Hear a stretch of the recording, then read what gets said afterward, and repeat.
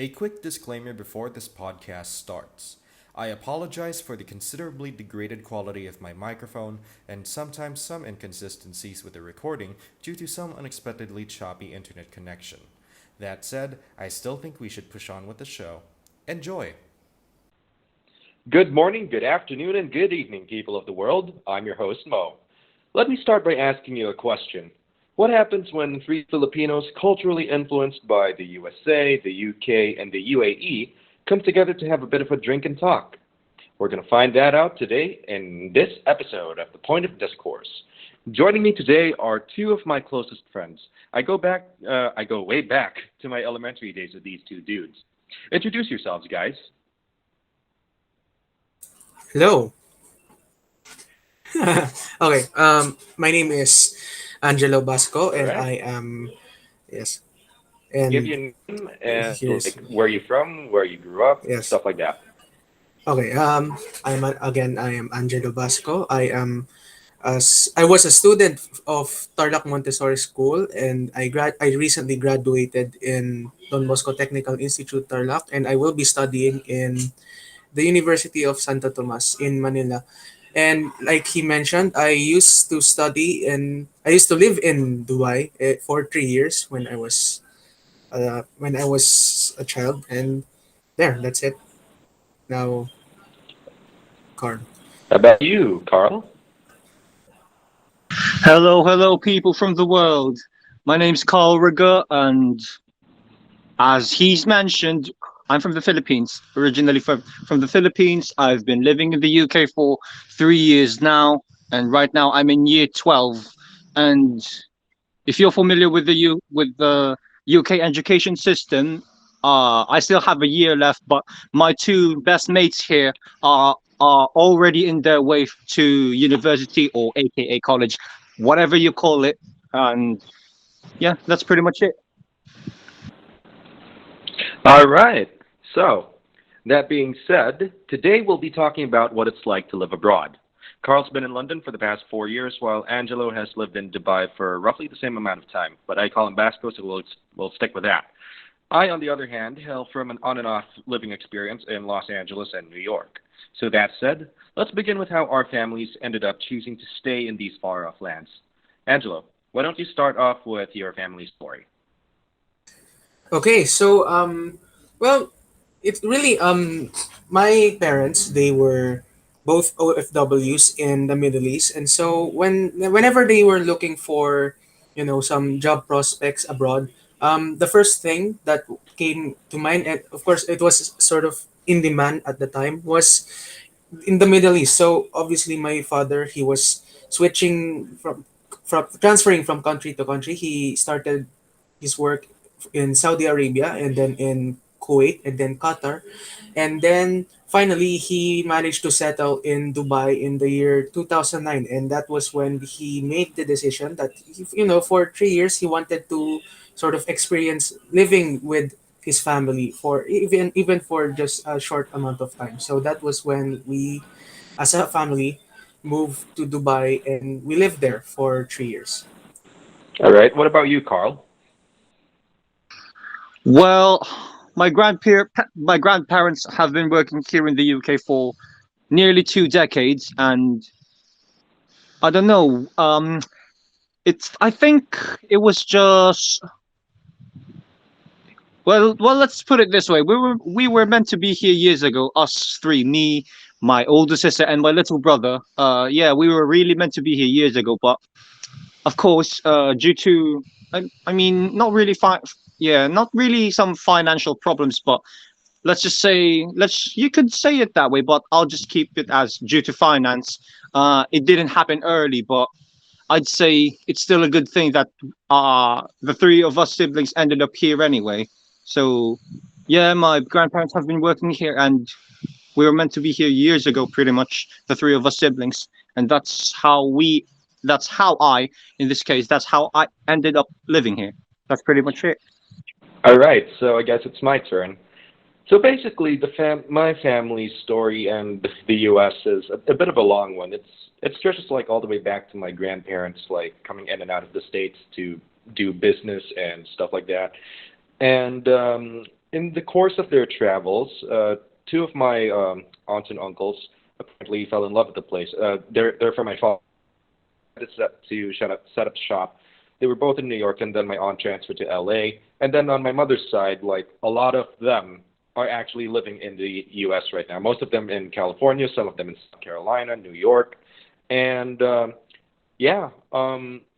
Due to this constant back and forth travel, my parents were also uh, they had the privilege of like going back and forth as well. And for the most part, I was raised going back and forth like that. Like I think my earliest memories were actually like when I took a Disneyland trip in Florida when I was 4, and basically growing up in American culture while also experiencing Filipino culture, it's been a unique experience, I would say, and overall, this back and forth thing has been going on for like the last 50 years or so. And yeah, I do hope to come back like in a bit though. So after this, I think we should follow up with how would you guys contrast the living experience of growing up in the Philippines when compared to where you ended up living?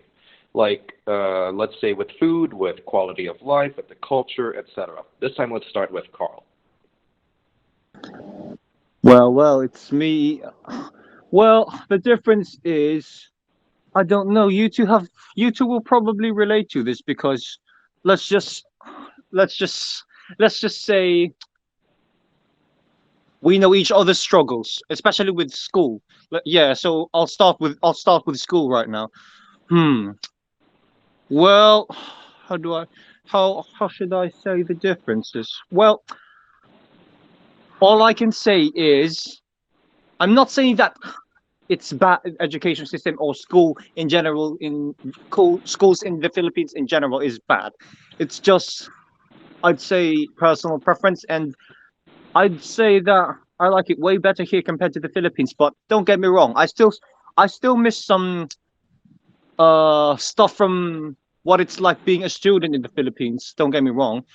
The difference is the main difference I'd say is, for example, in a huge group of people here in the UK, there's like one whole group, and then there are different groups. It's not one person isn't necessarily close to all the people in that group, but they do speak to each other. And in the Philippines, I don't know if this is always the case, but that's that's where it's hugely different to school life in the UK. In the Philippines, everyone is like I'd say really close to each other. So, for example, if one has a problem, um, everyone's kind of drawn to listening to it, but here, not really. No, because I don't know. I've I don't know which one's more dramatic or which one's been into more trouble, but I don't know. I really don't know. But yeah, that's one of the main differences with school. And what else is there? Oh, I don't. People here aren't uh, um aren't as aren't as how do I say this? They're not trying to. Let's just. I don't. I hate to admit it, but let's just say that people here are not overly competitive with academics compared to the Philippines. You two know what I mean. People here, or our listeners from other places wouldn't know what I'm talking about, but you two know what I'm Oh talking yeah, about. yeah. Is that Yeah, right? we do know. I mean, Yeah. if I mean, let's segue a bit into that since that's actually like one of the things I wanted Mhm. to touch on later on in the podcast. I think in my case, like for education in the U.S., for example, I've had a bit of experience with it, and it's generally a lot more chill than it is here in the Philippines. I can say that. Like, basically, Americans are more or less relaxed about like educational requirements, stuff like that. But here in the Philippines, everyone is cutthroat. They want that top spot. Like even though we eliminated the rankings and just gave quote unquote honors to whoever made it past the threshold grade or something. They still want that top score. Strive for that. I can't Oh, say yeah, it from definitely. experience. Yeah. Yeah, And the thing speaking is, of Westerners in experience. general are actually like super chill when it comes to this sort of thing.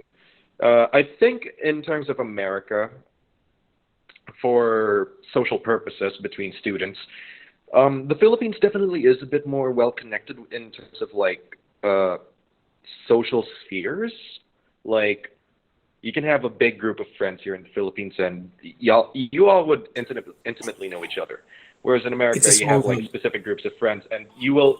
It's basically you would know who's your enemy. Basically, it's pretty easy to like draw lines when you're in America. But here in the Philippines, it's a bit more complicated than like there's a lot of social uh, nuances that go into like each interaction, whether someone's Yeah, being fake with you or definitely. not And here. Whereas in um, the States, yes. Okay. it's actually a lot easier. And yeah, what about you, Basco? What do you got to say for this? Well, okay. Since we're sticking with the topic of school for now, definitely, building on the onto the on to what has on what the two of you have said previously about the difference in school in in other countries compared to the Philippines. Okay.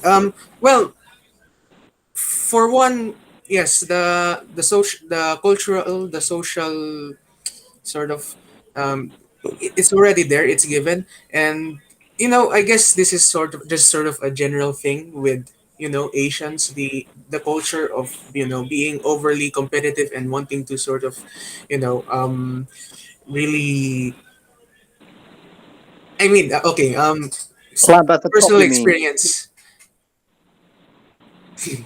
Okay, personal experience in university.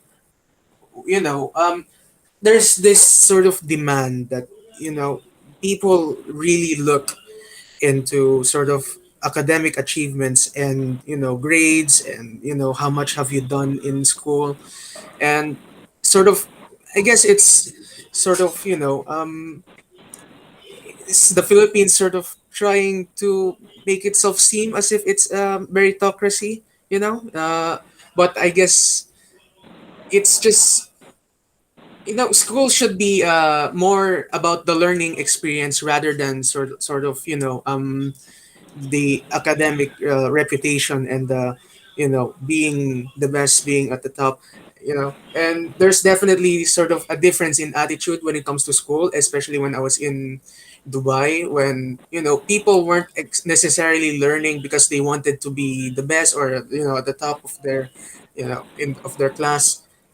It's sort of more like, okay, we're just learning because it's necessary for our future. And it's definitely a much there's definitely a much more relaxed, no, or maybe not necessarily relaxed, but it's less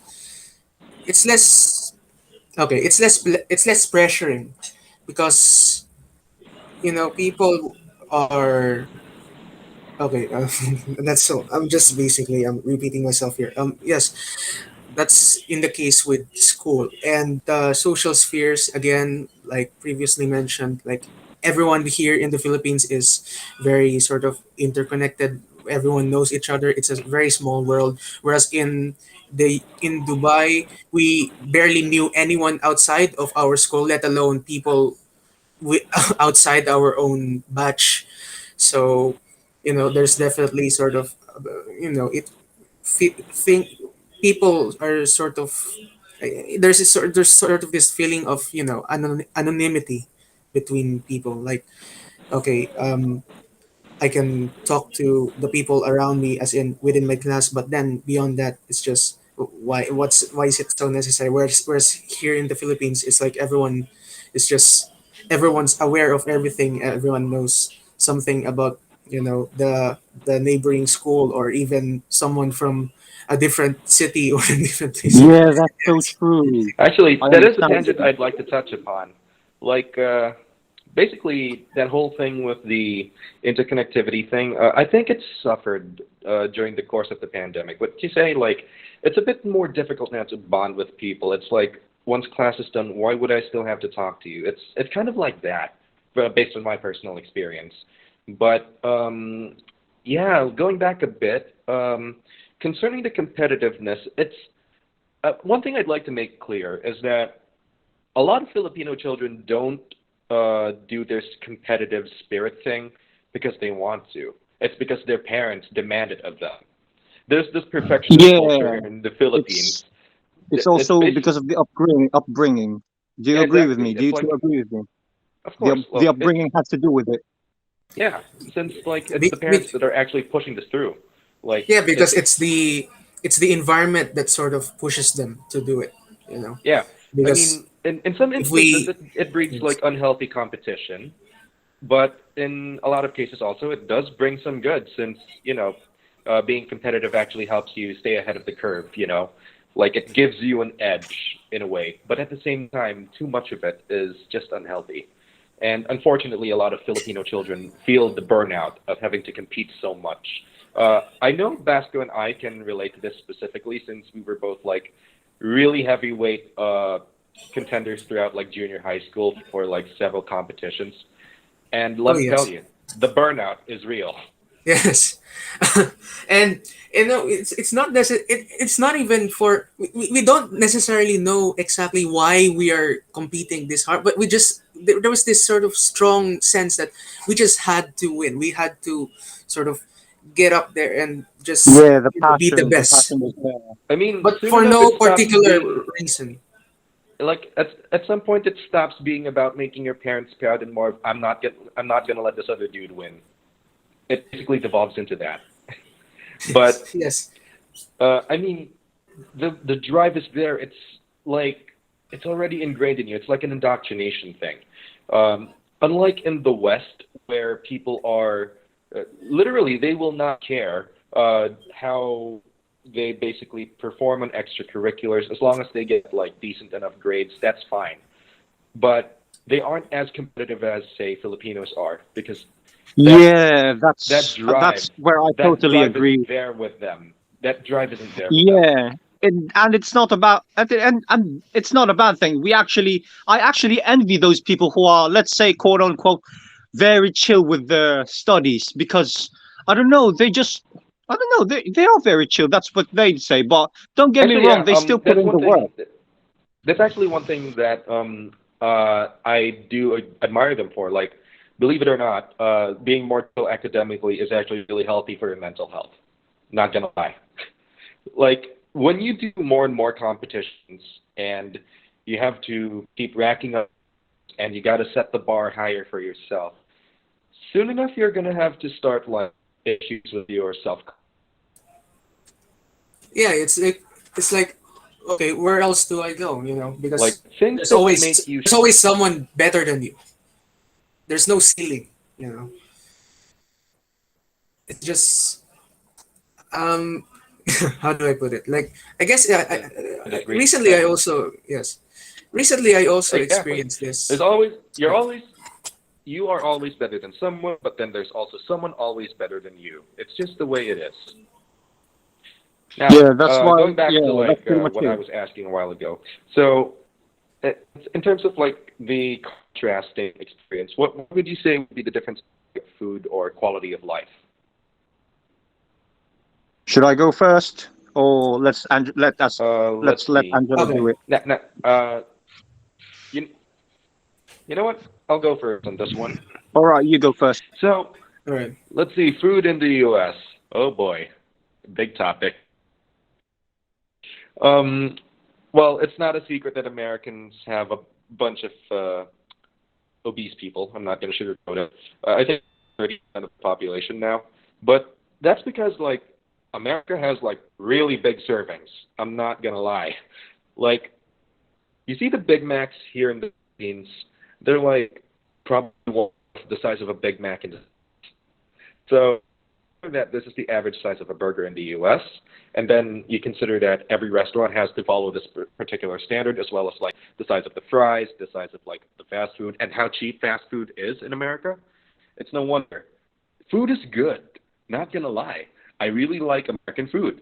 The problem is there's too much of it available. See, like it's too easily accessible to the point that it's easy to become a couch potato and just gouge on the food. Whereas here in the Philippines, you're taught a bit of a more uh, how do I say it? Like conservative sort of way Pragmatic. of eating. Like you better not waste your food, something like that. And you can only get what's enough for yourself, and you can always come back for more as long as there's enough to share with another person. Whereas in America, you can get your share as much as you want because food will never run out. Whereas here in the Philippines, whatever's cooked, that is it. That is it in the household. You're Yeah, not getting more than that's that. totally true. And if say you're still getting more for yourself, say you're in a party or some sort of celebration, let's put it that way. If you if someone notices that you've been there more than twice or thrice, they perceive you as uh someone who's selfish. Yeah, they call you somewhat selfish in a way, but I don't know why, but it's not like that here. You pretty much, it's pretty much what Moses has said, that whatever's there, you can take anyone, and you can take anything you want. I mean, not that Yeah, it, yeah, it's yes, like kind of like that in Europe, isn't it? Like, yeah, basically, like they got not as big as like in the States, but uh, yeah, um, it do be like that. Like Okay. Westerners have Uh, like a more lax approach when it um comes to food, and yeah. So okay. let's go with what Okay. Vasco has to say. Right. Okay. Food. Actually, this is a bit of a different take because, you know, as you all know, Dubai and the UAE in general is a Muslim country, and so from the beginning, there's already this sort of cultural difference that sort of are forced to adapt to because obviously you have to abide to the laws of the Muslims, and so yes, pork. Okay, that's a very big like okay, pork and some other foods which are considered as non-halal. Okay, let's talk about halal food. Okay, since I'm familiar with yes, that. yes, it's really difficult to sort of be able to enjoy food as much as you can. Like here in the Philippines, obviously, because this is the culture here is different and sort of the the culinary experience is much more sort of diverse and influenced by lots of different cultures. As for when I lived in Dubai for 3 years, there was this sort of longing that I sort of experienced that okay, I can only eat sort of these kinds of food because the other foods which I enjoy I cannot sort of find a lot in Dubai, or maybe if I can, like there would be sort of like groceries or supermarkets which are run by Filipinos or some other sort of subgroup which does eat pork.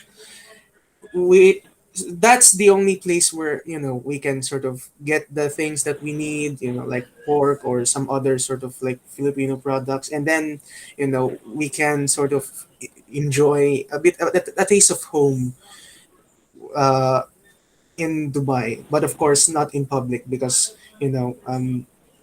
restaurants in Dubai are obviously banned from serving pork for obvious reasons. And okay, and another thing is because there is Dubai. Okay, Dubai is a very multicultural place, and so obviously there's a lot of different people from lots of different cultures with their own religions, their own beliefs, and sort of there is this situation where people have to sort of adjust to everyone to what their sort of beliefs are, what they are allowed to eat, what they are not allowed to eat. And so just okay, in my case, like say, when I used to go to school, I had classmates who were Muslim.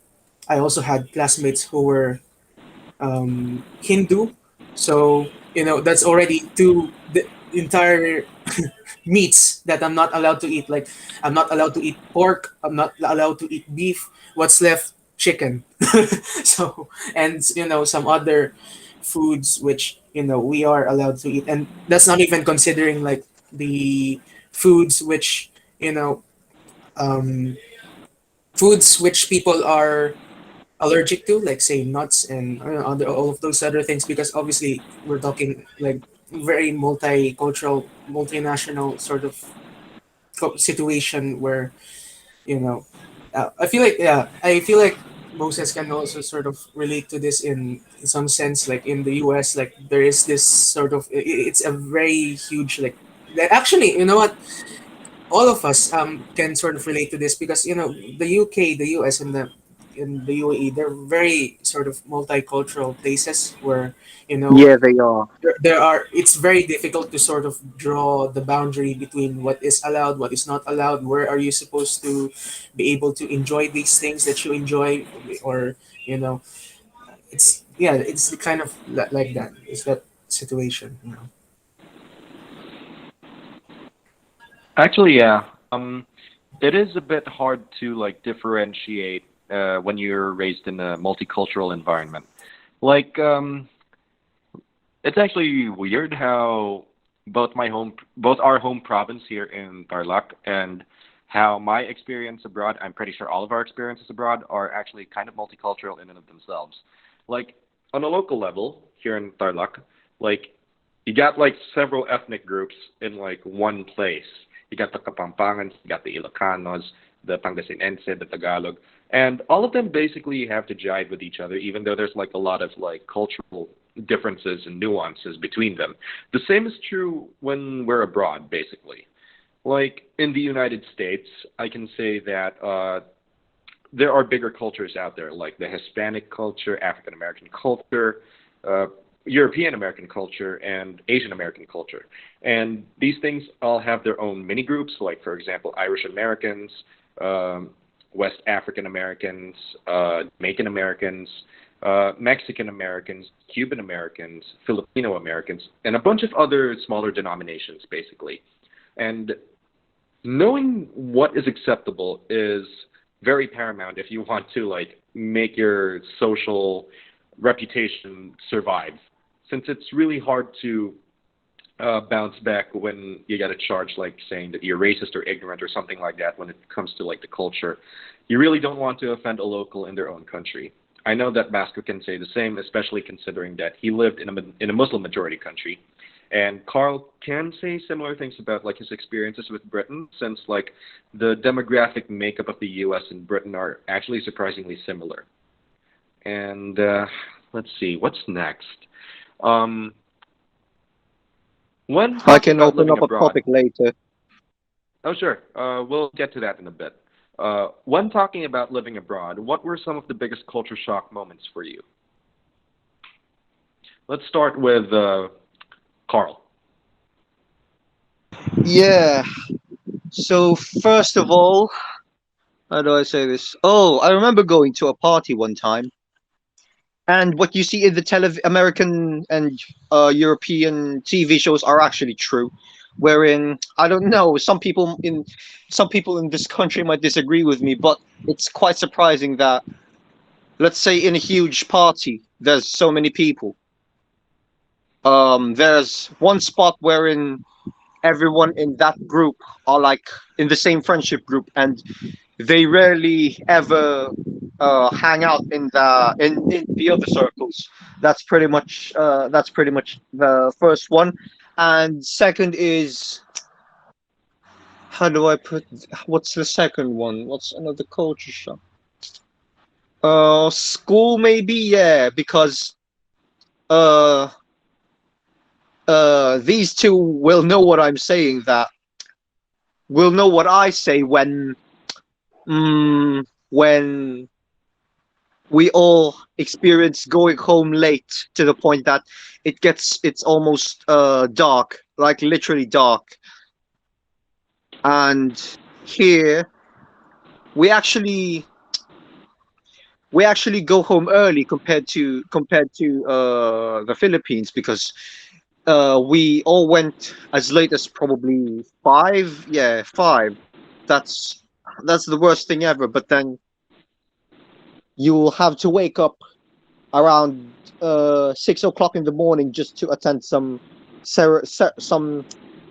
ceremony in the school every morning. We call it flag ceremony. I don't know what it's called in some countries, but yeah, that's the huge difference that the huge differences between the school in the Philippines and school in the UK. And also when it comes to classes, when it comes to going to classes, uh here we are the ones who move in different places. We are the ones who have to move from classes to classes.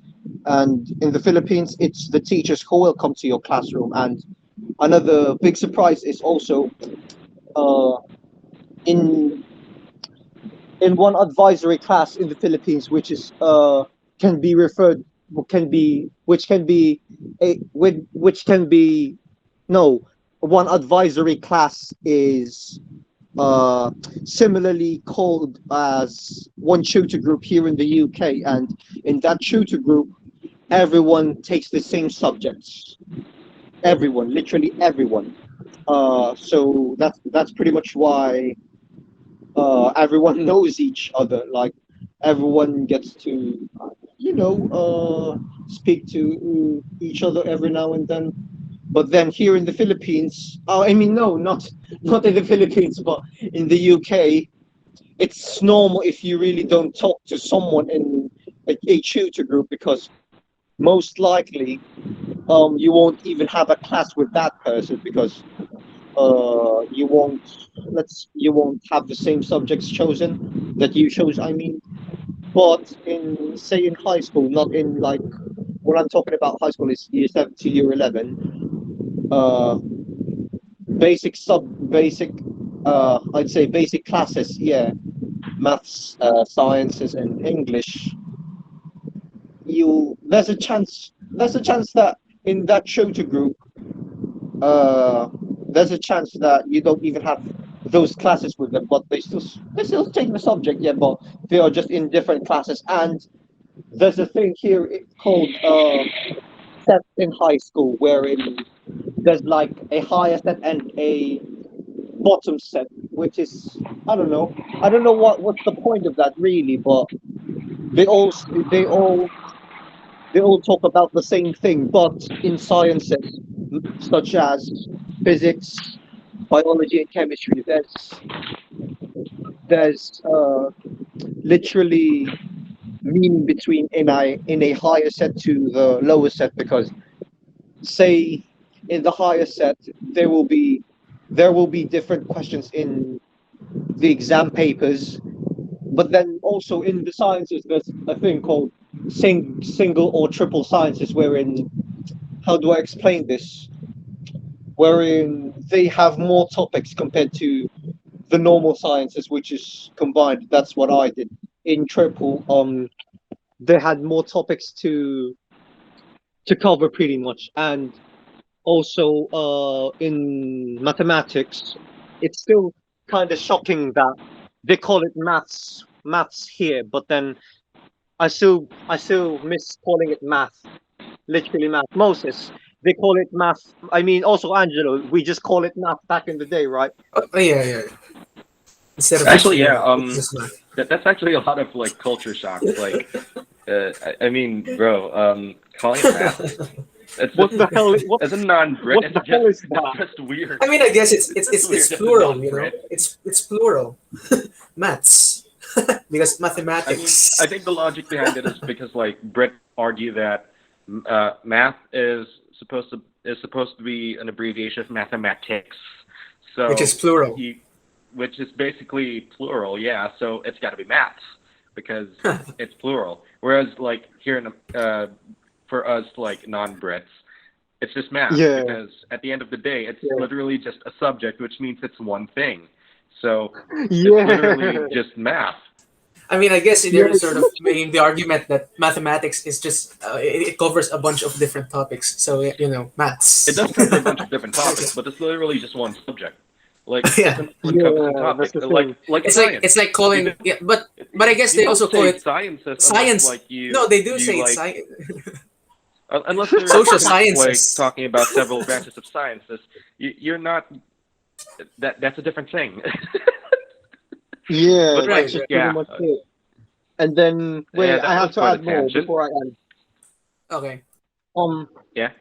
wait, I need to add more. What else was there in school?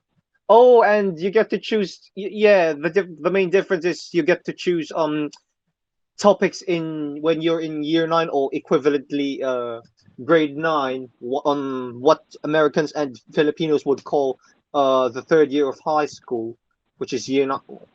Yeah, year That's 9. that's In year literally. 9, I that's mean, like in the Philippines, that's called like grade 9, but in the U.S., that the third year of high school would be like grade 11, since there's this really. weird. There's middle Uh, school. yeah, since Oh yeah, middle there's school middle is school in basically America. grade 6 to Yeah. 8. Grade 6 to 8 is middle school, and then grade 9 to 12 is high school. I see, I see. Now going back, yeah, in year 9, that's where you get to choose your subjects. Four of them, and in different schools they offer.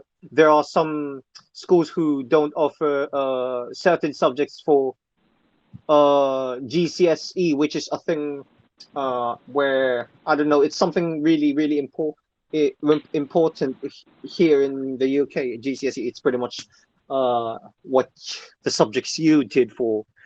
I mean, between year 9 to 10 to 11, and yeah, there are schools who offer, for example, someone has told me that their school offers a subject called citizenship, and my school doesn't offer that. I don't know what they did in citizenship though, but this person has told me that she enjoyed it and she liked it. What else? Yeah, you can study languages.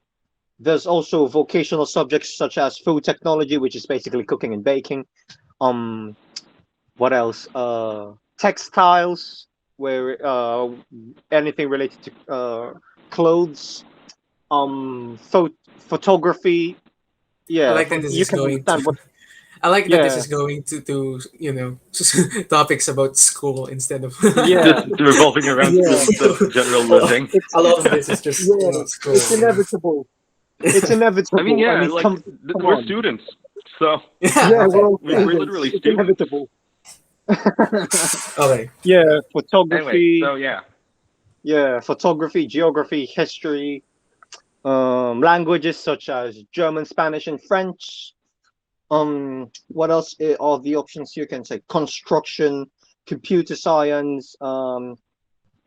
I think there's also a subject called, I don't know, I think it's graphic design, but it's basically designing using designing 3D, something like that. oh And then yes, that is there's graphic art. design. Yes, art. There's also art. Yeah. And what else have I missed that my school offers? I mean, Um, that's like enough. yeah, I There's a think lot. yeah, I think that's pretty much it. But those are the only options. But those are what those subjects I've mentioned are both for 9 to 11 and also in like year 12 and 13, because in year 12 and year 13 there are subjects that you can choose that are not available from year 9. You get me, such as sociology, psychology, criminology. Yeah, those subjects are only exclusive in year 12 and year 13, and I don't know if some schools offer those subjects too in year 9 to 11, but my school doesn't. So I don't know what all the subjects being taught here are what the subjects being taught are in here. So that's pretty much it when it comes to the biggest culture shocks. You can get to choose different subjects, and in the Philippines, nope. What the school offers, you have to Actually, study it whether you like it or Yes. not. actually, here in the Philippines, since we also have this weird division of high school, where in like grade 6 to grade 7 to 10 is junior high, but then grade 11 to 12 is senior. In senior high, you basically get the choice of like choosing a specific strand that you want, and Yes, but from it's that still you'll have like very specialized much, subjects specifically. but it's I still mean, very yeah, much it is. limited. Like you only Yeah, get it is like very three limited. choices It's or li- it's for it's it's yeah. literally like a framework, more or less. But actually, some schools can like give like some niche ones, like arts and design, which is not typically given most other places that only offer like humanities and social sciences, STEM, and like accounting and business management. Those are like the only three main uh, courses offered for like senior high school. But at the same time, there's also arts and design and uh, technical, vocational something, and what's the last one? Yeah, general academics. Yeah. So all in all, there are choices. It's just that it's more of a framework. You don't get a say in like which subjects you can take, but you can only have a say in like where you want your career to progress towards. In America, this sort of thing doesn't exist at all. Like you're just gonna follow the K to 12 curriculum nonstop. That's it. But that said, they do allow for a lot of like freedom and college choice. So I like that part. Now, for my part on culture shocks between the U.S. and the Philippines, Americans are a lot more confrontational than Filipinos, I will say. Like the Filipino would typically skirt away from like conflict, like as much as possible. If there's an issue, most wouldn't want to like engage. They'd just back away. Whereas in America, if you got an issue, you're going to speak up and you're going to resolve it right then and there. Oh yeah, And I know there's what this that that sort means. Yeah, I strongly agree. there's this Angela, culture do you want of to say something yes, first? Yeah. yes, You yes. go first. There is this sort of concept that we as Filipinos really believe in. It's called hiya. Like yeah, there's like this sort of shame. strong yes shame. Literally translates to shame, and so I feel like that is a big reason as to why Filipinos are very sort of non-confrontational to a fault, because people instead of allowing conflicts to sort of be resolved through confrontation or through by talking to each other in person, face to face, they just sort of like keep it to themselves because they sort of feel ashamed that or they sort of hesitate to sort of again it's this Uh, coming from this yeah. concept of yeah, I mean, like, yeah. based on experience, a Filipino is more likely to vent out on Twitter in a passive aggressive way than they are to actually, like, solve the problem. That's so true. Everyone will just, I don't know, have the balls to, I don't know, describe what their problem is about someone in, I don't know, depends. Mainly Twitter right now because I don't know that that's what just Filipinos do right now. I strongly agree with that. I still see them, which is a bit annoying, I'd say. And yeah, that I being mean, said, I think it makes for yeah. good theater, not gonna lie. Like, as a bystander, this is good gossip right here. Like, you can know what's going on behind the scenes, and then it just feels weirdly satisfying seeing it unfold online. But at the same time, you're a bit annoyed that it's not being resolved, since like if you know the story behind what's happening, there's a good chance that this person came to you asking for advice on how to do something, but then they obviously aren't following your advice on how to solve it because they're just going to Twitter and like trash talking. I know that some Westerners do the same thing, like Brits and Americans also go to Twitter for flame wars, but at the same time, they actually solve their problems pretty quickly. Filipinos, on the other hand, they're going to let it seep for like a couple of months before things get to a head and a confrontation is needed. Like, they're going to let the tension build up so much that there is no room for negotiation by the time it's done. One side has to give, basically, in that sense. And when the confrontation does happen, usually the Filipino just backs off. Like whoever backs off first, basically wins because the other person would be too ashamed to like keep going at them. But again, that also depends. And in America, I am really culture shocked by the fact that people are so willing to engage in confrontation just like that. Since uh, having grown up here, it's really not common to see such aggression, so to say. And what else? In terms of culture shock, I guess I'd say individual freedoms are like super different when it comes to the Philippines and the U.S. Here in the Philippines, you're more so tied to your family than anything else, and so you have to follow everything that your parents teach you. Like if you're raised a Christian, a Catholic, something like that, you got to be of the same faith. You cannot question it. You cannot have any sort of freedom of thought when it comes to these sorts of things. Otherwise, you're committing blasphemy, and that's a major sin.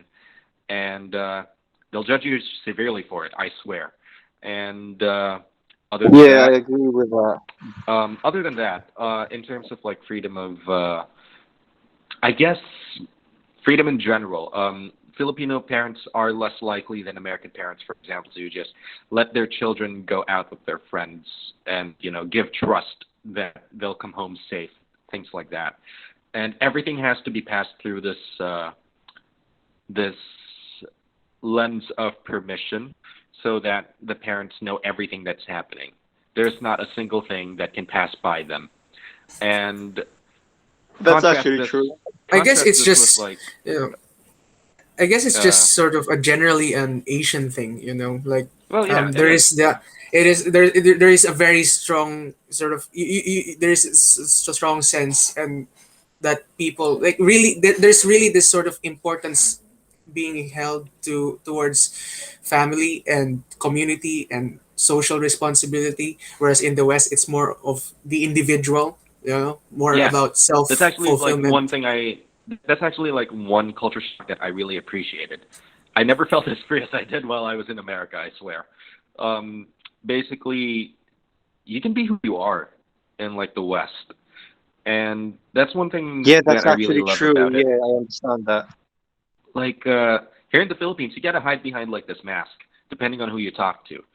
If it's your friends, you might be, I don't know, a bit more true to yourself, but at the same time, you got to hide like a couple of things that might not be as socially acceptable. But with your parents, it's a whole different story of like having to hide like the stuff that that they don't want to see. And yeah, it's a really tough balancing act, I gotta say.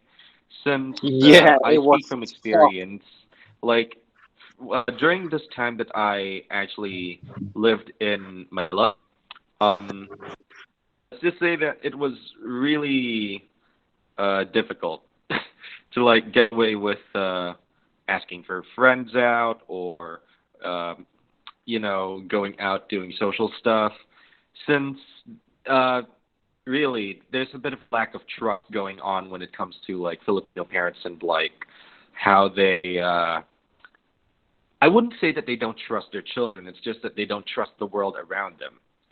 And in that sense, Yeah, yeah, that's led to like understandable.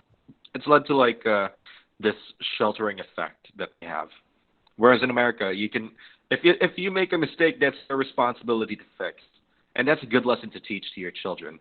The concept of personal responsibility, and that's one thing that I really like. And other than that, um, culture shock, culture shock. I guess that's about it. Since I'm actually used to like most of the things of like both worlds, so not much really came as a I shock see. to me, other than like how the practical applications of these concepts really are. Now Yeah, it's Angelo's turn, I think. yeah, Yeah, okay. Yep. but Um, okay. later I'll try adding something up because yeah, there are plenty of them. I mean, Hmm. everyone here in this call can pretty much add anything. I mean, add as much as they want to in culture shocks Of because course. we all live Yeah, in the yeah. same country, and Of now course. Of course. we've pretty much experienced living in different countries. So I'll hand it over to Angelo now. Okay. Um, well, as far as culture shock, okay. Obviously, the elephant in the room, a Christian in a Muslim country. That's a big thing. But what I do appreciate about Dubai is that there is since okay, for one, I was surprised that the Emiratis, the locals are actually sort of a minority, and that a majority of the people that live in Dubai are actually expats, like the Indians. Okay, the Indians are just they're everywhere, but especially so in Dubai, it almost feels as if I don't necessarily live in an Arab country.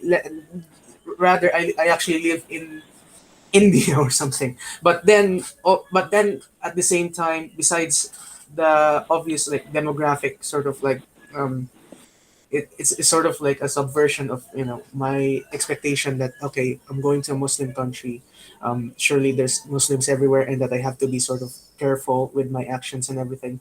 um it's not necessarily like, surely like if maybe if I lived in Saudi Arabia or something, maybe that would be a bit more apparent.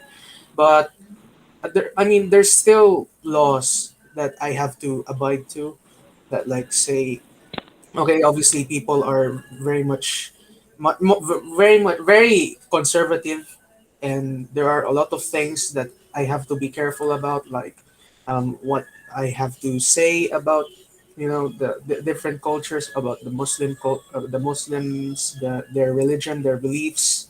And there is if the US and the UK, or like or the UK by extension, they sort of allow, or they sort of encourage freedom of expression. In Dubai, I sort of experience the opposite, which is they sort of have to repress, like there is definitely less freedom in what can I say in public, what can I say to other people. And you know again, like being sort of highly sort of sensitive towards different cultures and different beliefs, um, to the point that when I sort of leave that sort of environment and I return to, say, even the Philippines, it's like it's such a relief. I sort of not like like in here in the Philippines. Okay, I'm talking about politics. It's very sort of, it gets annoying sometimes. But then if you go to a place like the UAE, where you're not really allowed to sort of speak against, speak ill of the government of the UAE, it's very, it's a very sort of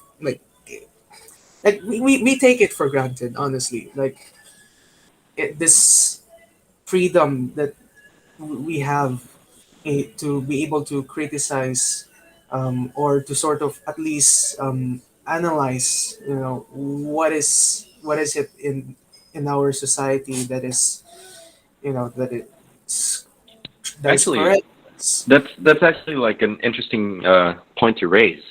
Like you said, it's a bit hard to like talk bad about like the government in the UAE, since most citizens really wouldn't dare to like try it for reasons. And here in the Philippines, for by contrast, like people will rant all day about the inadequacies of like the president and like the administration in general. And it basically is a never-ending conversation for like Western-oriented countries. Like, how's the governance going? Like, you can see it every day in the news. There's something about Duterte. There's something about Biden. There's something about Boris Johnson. There's always going to be at least one piece of news about any one of these people. Whereas in the UAE, not much gets really reported now, does it?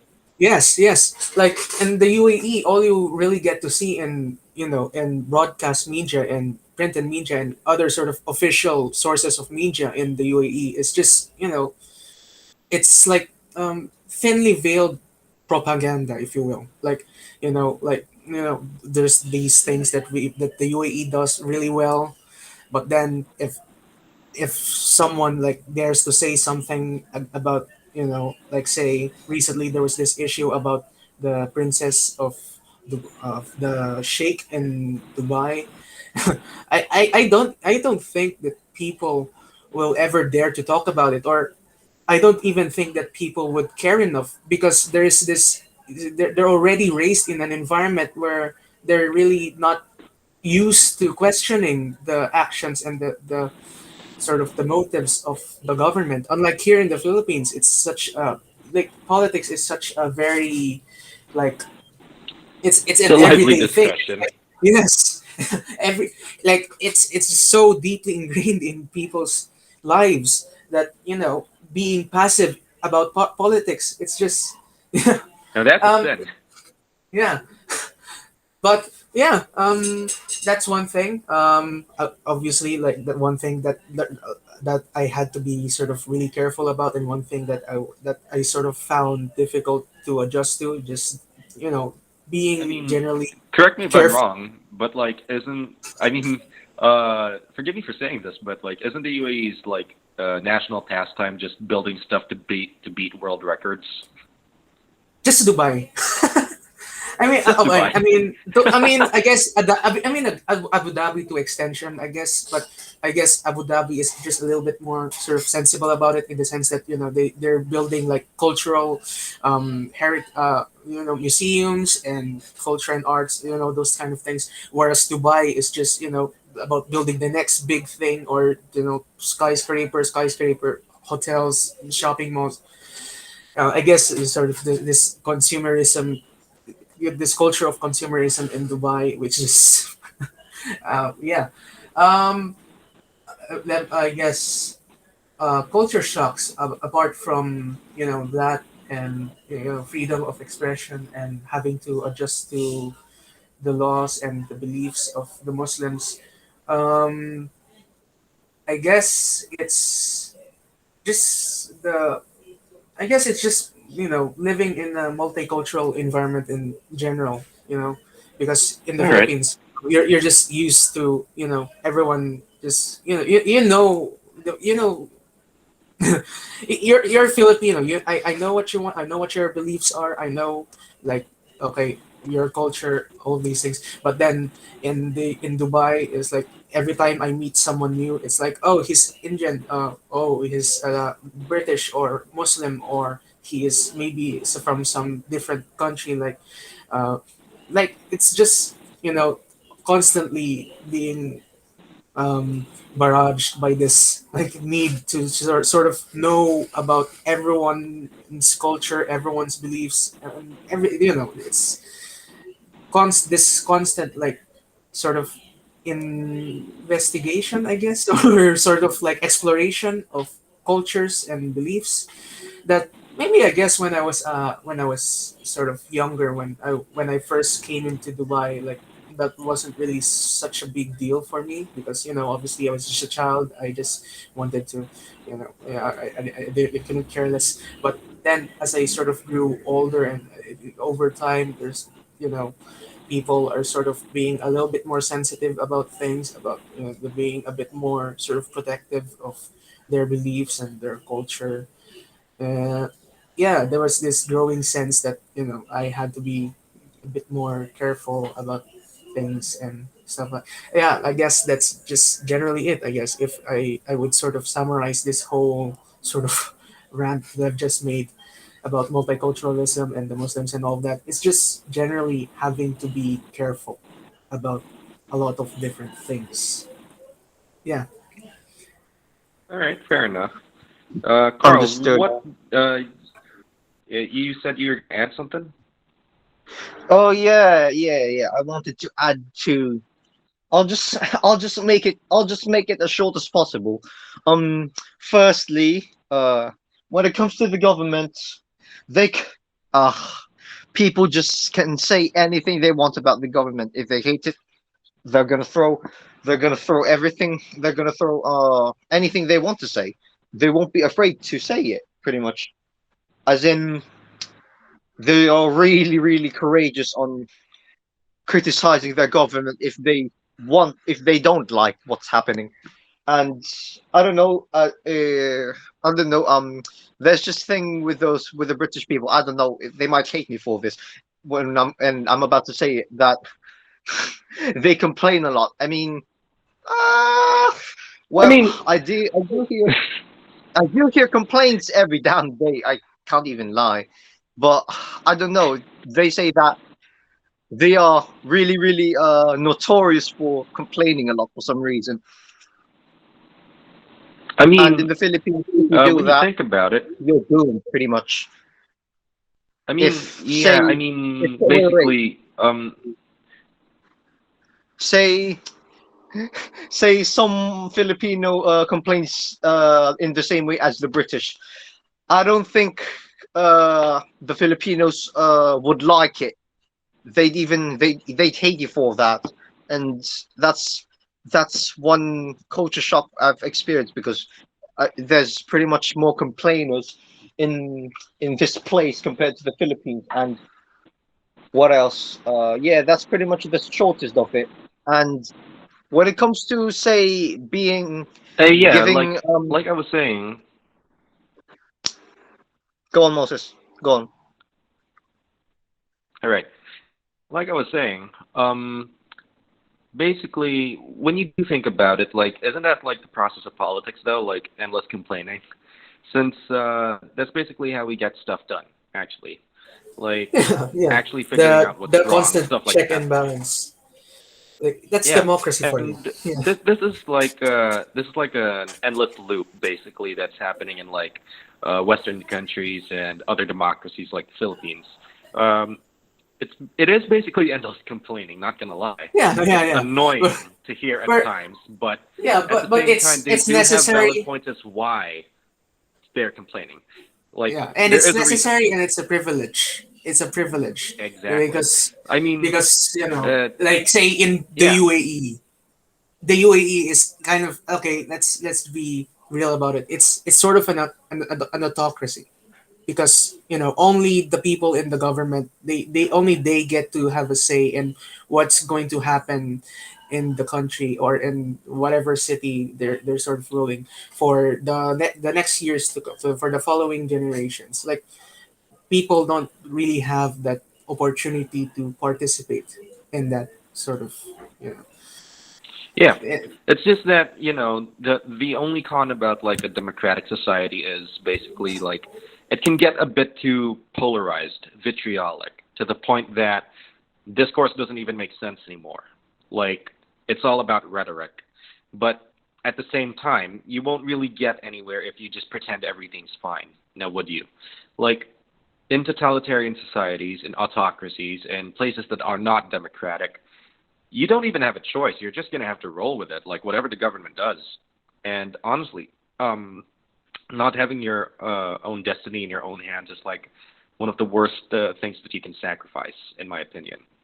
Which is why, like, I'm actually grateful that we've at least known how to appreciate these sorts of freedoms that we got, especially since like Carl and I got to grow up in like Western countries, and Basco got to grow up in a country that doesn't really have that much freedom. So in that sense, yeah, let's dive away from that tangent, since this isn't about politics. This is about going abroad. Now, next question.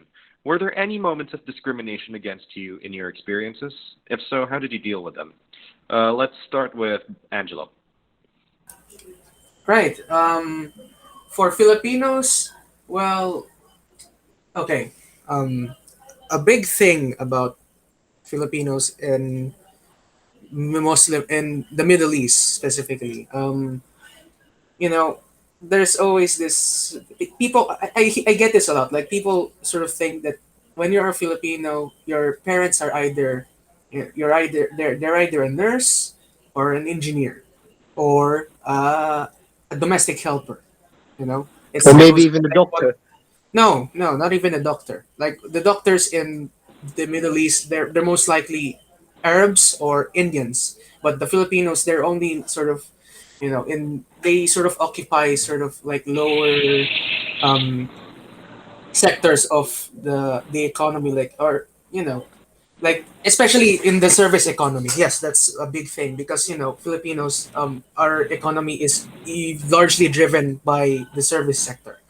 So obviously, you find Filipinos, a lot of Filipinos in stores, in restaurants, as waiters or as cleaners, and sort of there is this sort of sense that they look down on Filipinos because they can never really sort of occupy sort of higher um, they can never become a manager. They can never run a company. They can never become like a doctor or they're like there's this sense that people think that Filipinos are always going to be good employees but never an employer.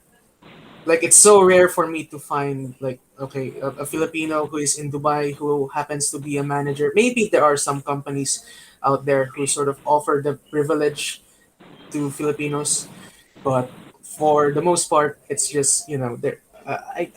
I mean, for me, I guess like as a child, obviously, like I didn't really sort of think about it much. But then, as I sort of grew older, and then I was sort of considering the prospects of working in the Middle East and things like that. Like sometimes I would talk to my classmates in Dubai, and then they would usually ask me like, okay, are you going to be an engineer or a nurse or it's like one of those two things. Like, I can't I be something else, and I guess the way I would sort of respond to that is, I guess in a way, well, it's it's just sort of this cultural thing. I guess because Filipinos at the same time, like, okay, we are definitely deserving of much more, but we are so afraid of confronting, the or sort of challenging the system or just telling people like, no, we definitely deserve more,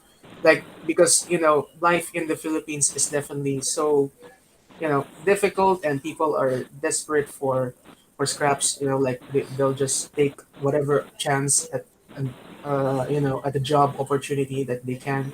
So it doesn't really Yeah, matter that to them. basically circles back to like the whole thing about like Filipinos afraid of being confrontational.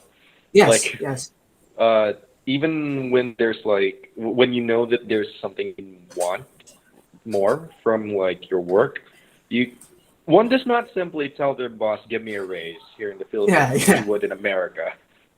And yeah, I guess, let's yeah, see. yeah.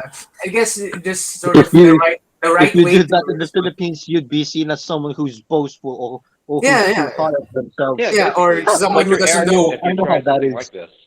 Like people would say, "Oh, you have to learn your place," But I guess Yeah, that's sort of one thing that I guess that's one way in which I would respond, and that is one thing that I wish that more Filipinos would do is just learn how to sort of demand a bit more. Like this isn't don't settle for okay, this is good enough, because that is a big thing here in the Philippines. Like a lot of Filipinos, they would just settle for okay na yan, or that's just it is what it is. No, definitely demand more and expect more, so that this sort of culture of discrimination towards Filipinos being either one or of three things like a nurse, an engineer, or a domestic helper, like that would go away but hopefully. then again, like In there's it's kind of a self-feeding cycle, isn't it? Like the most popular courses still here in the Philippines are nursing, engineering, stuff like that. Like the very stereotypes that we're known for abroad.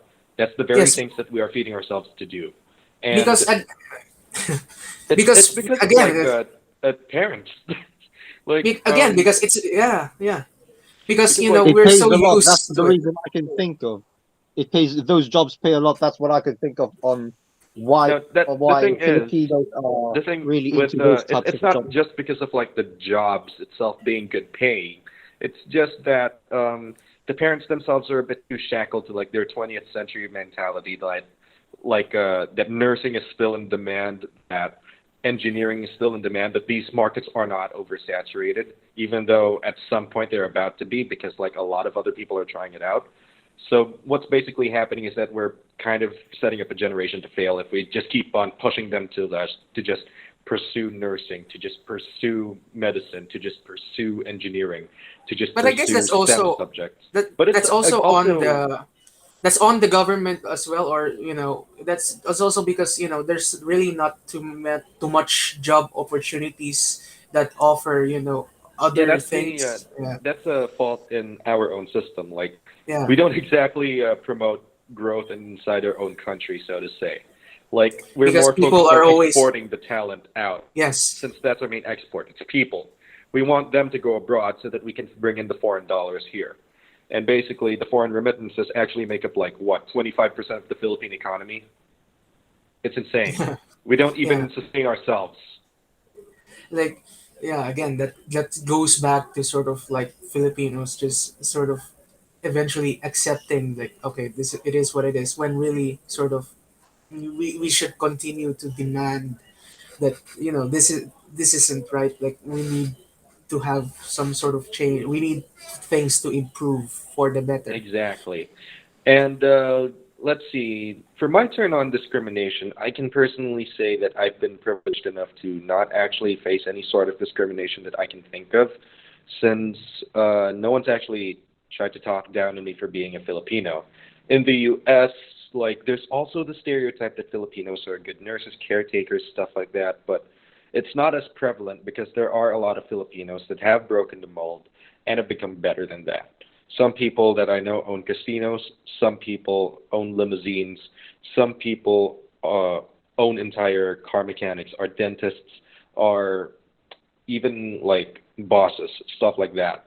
So the niche of Filipino stereotypes that you can find in probably Europe or the Middle East, they're only good as nurses, household help, or such.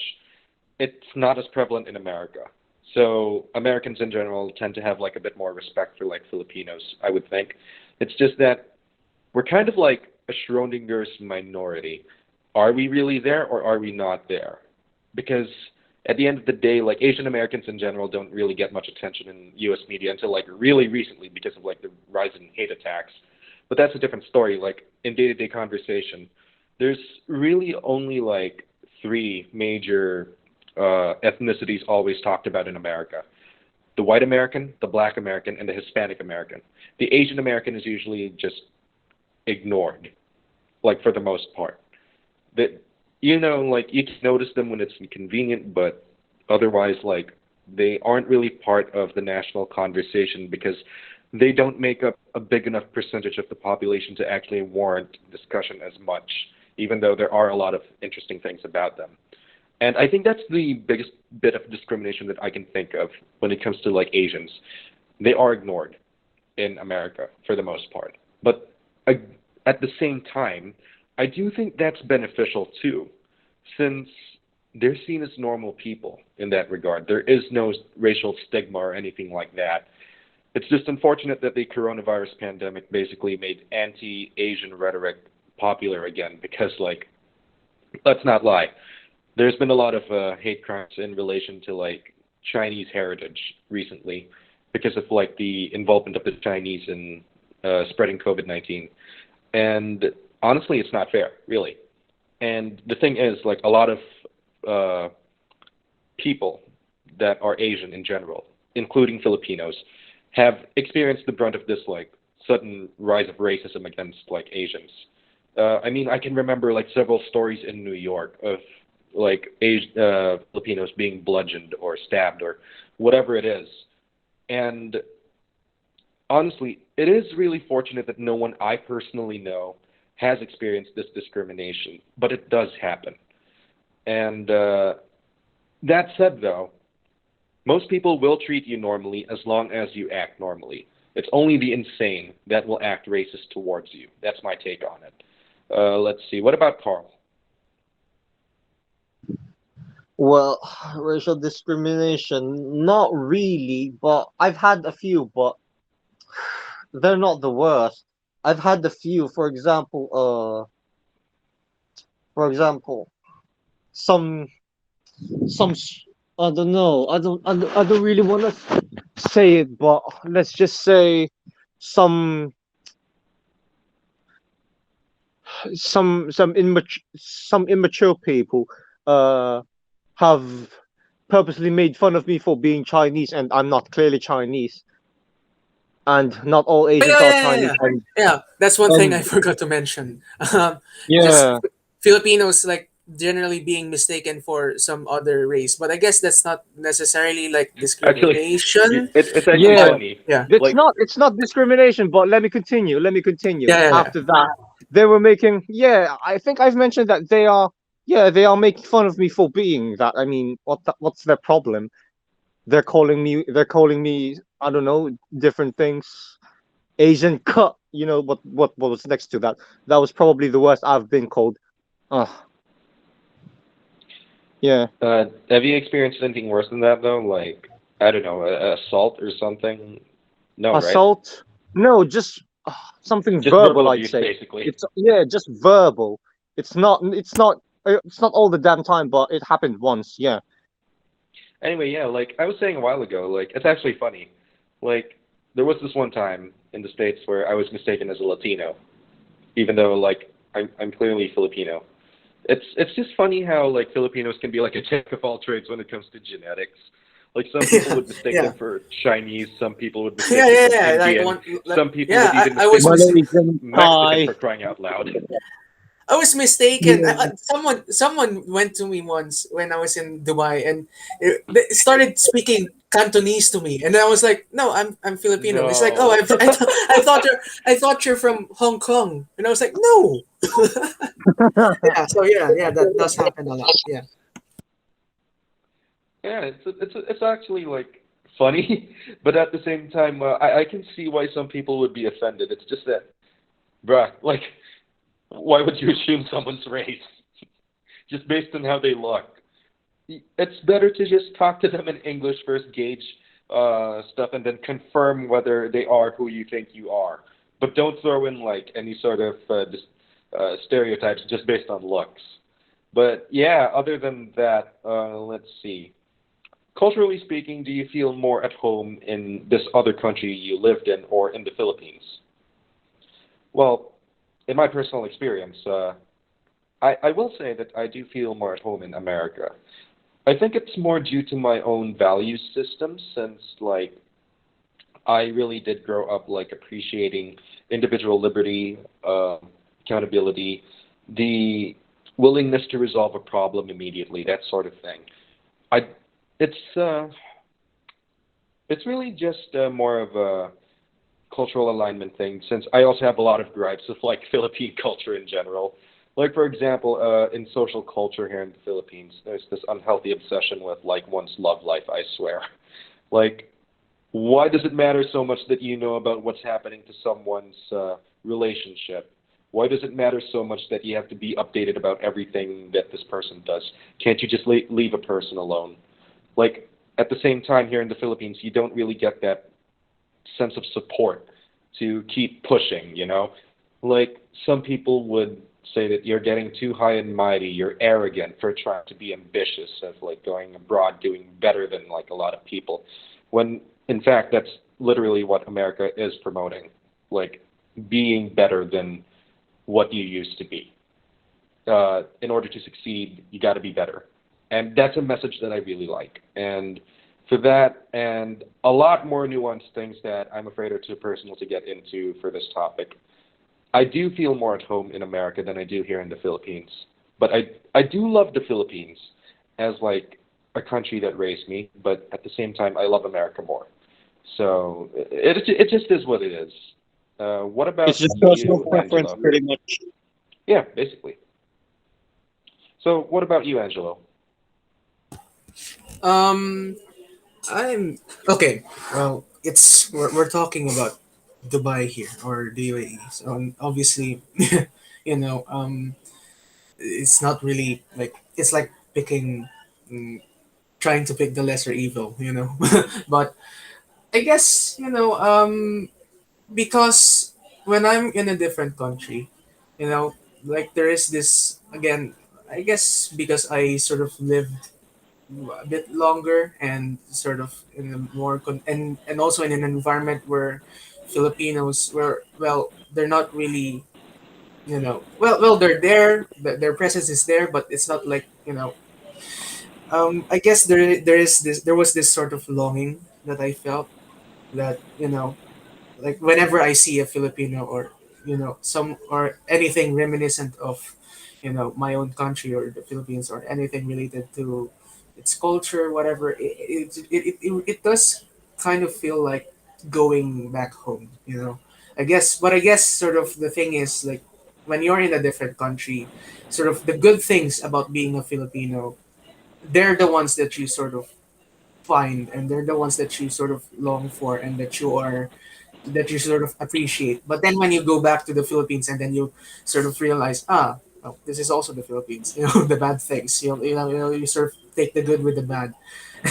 So it's really sort of a mixed bag. But I guess for the purpose of picking between the UAE and the Philippines. Um, I guess for quality of life, obviously everyone wants to live away somewhere else, like not in the Philippines, because quality of life is just but in the Philippines, I guess um, again it's like picking the lesser of two evils. But yeah, again, like taking the good with the bad, sort of appreciating, like, okay, um these are the things that I miss about the Philippines. These are the things that are good about it, about us Filipinos, like being sort of generally hospitable and sort of being cheerful and all of that. I guess sort of like the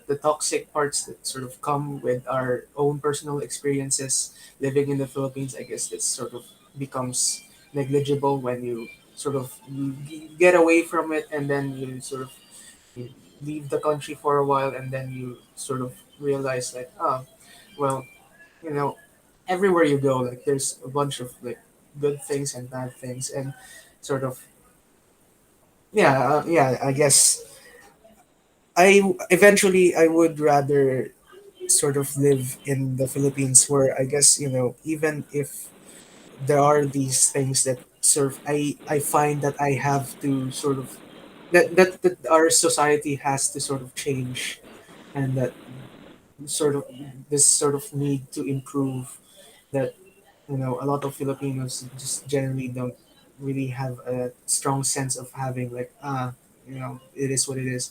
But yeah, um picking between the UAE and the Philippines, I would rather live in the Philippines if it's for the culture, and yeah. but You know, yeah, I but mean, but quality, it's but quality of life, no. of course, but like, yeah, building on like what you said though, like it's really important to remember that this isn't like some question about which nation is superior or stuff like that. No, you got to remember that every nation has its good and bad parts, and it's important to recognize both.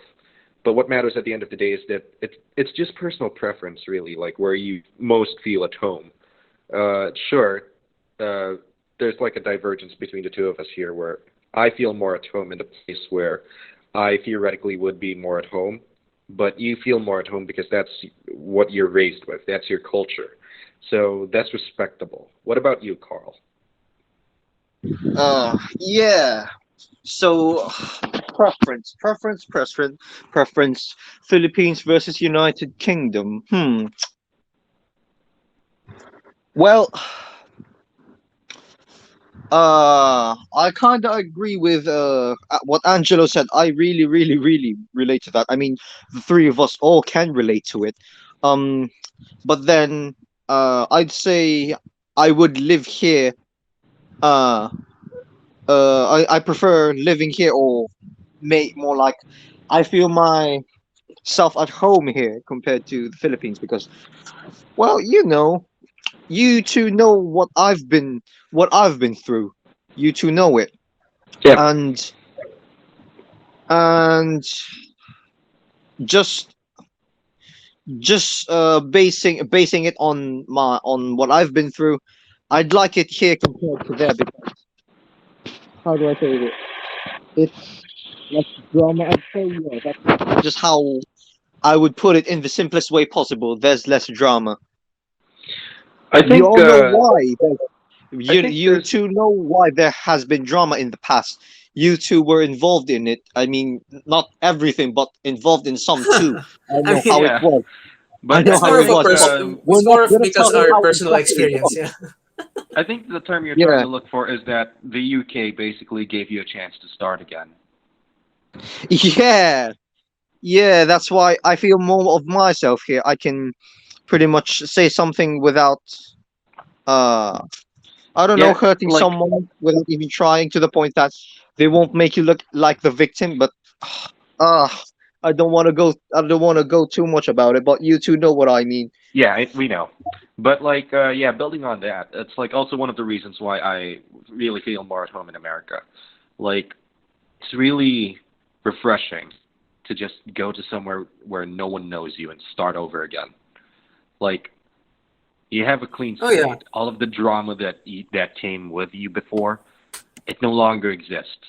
It's just Yeah, you and yeah, this yeah. new life that you Yeah, got. it's like, Which is why like I'm really yeah. appreciative of like this other countries that we've been to. It allowed us to like start again in a way.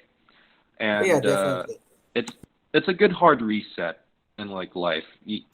Like somehow once you stay long enough in this new place, you'll feel at home too. Like what Yeah. Carl said. Like he spent the last 4 years in Britain, and obviously it's grown in him. I mean, the man has a British accent now. Correction, Believe me. three, just three. I mean, when he left, I don't think I've ever heard him like speak like straight English like this. Like Yeah, he sounds like much come on. more of a foreigner than the two of us.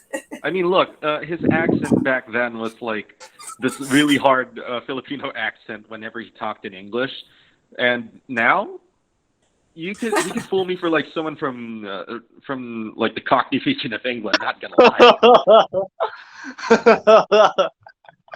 Honestly, it's Yeah, still that's like totally it's still true. getting to Oh my yeah, head. Like he sounds like this now. Like every time he I mean opens his yeah, mouth, I'm yeah, like, yeah. what, bruh? Like I is mean this even honestly, my friend? I feel ashamed because I lived in Dubai for 3 years, and I don't think I even sort of acquired an accent, or maybe it's just because I sort of met a lot of different people that my voice is just a fusion of all of their accents into one, like the Indians, the Muslims, the Filipinos. And It's like it's just despite, I mean, it's like just I mean, like for me, it's weird that I have an American accent despite spending the majority of my time here in the Philippines.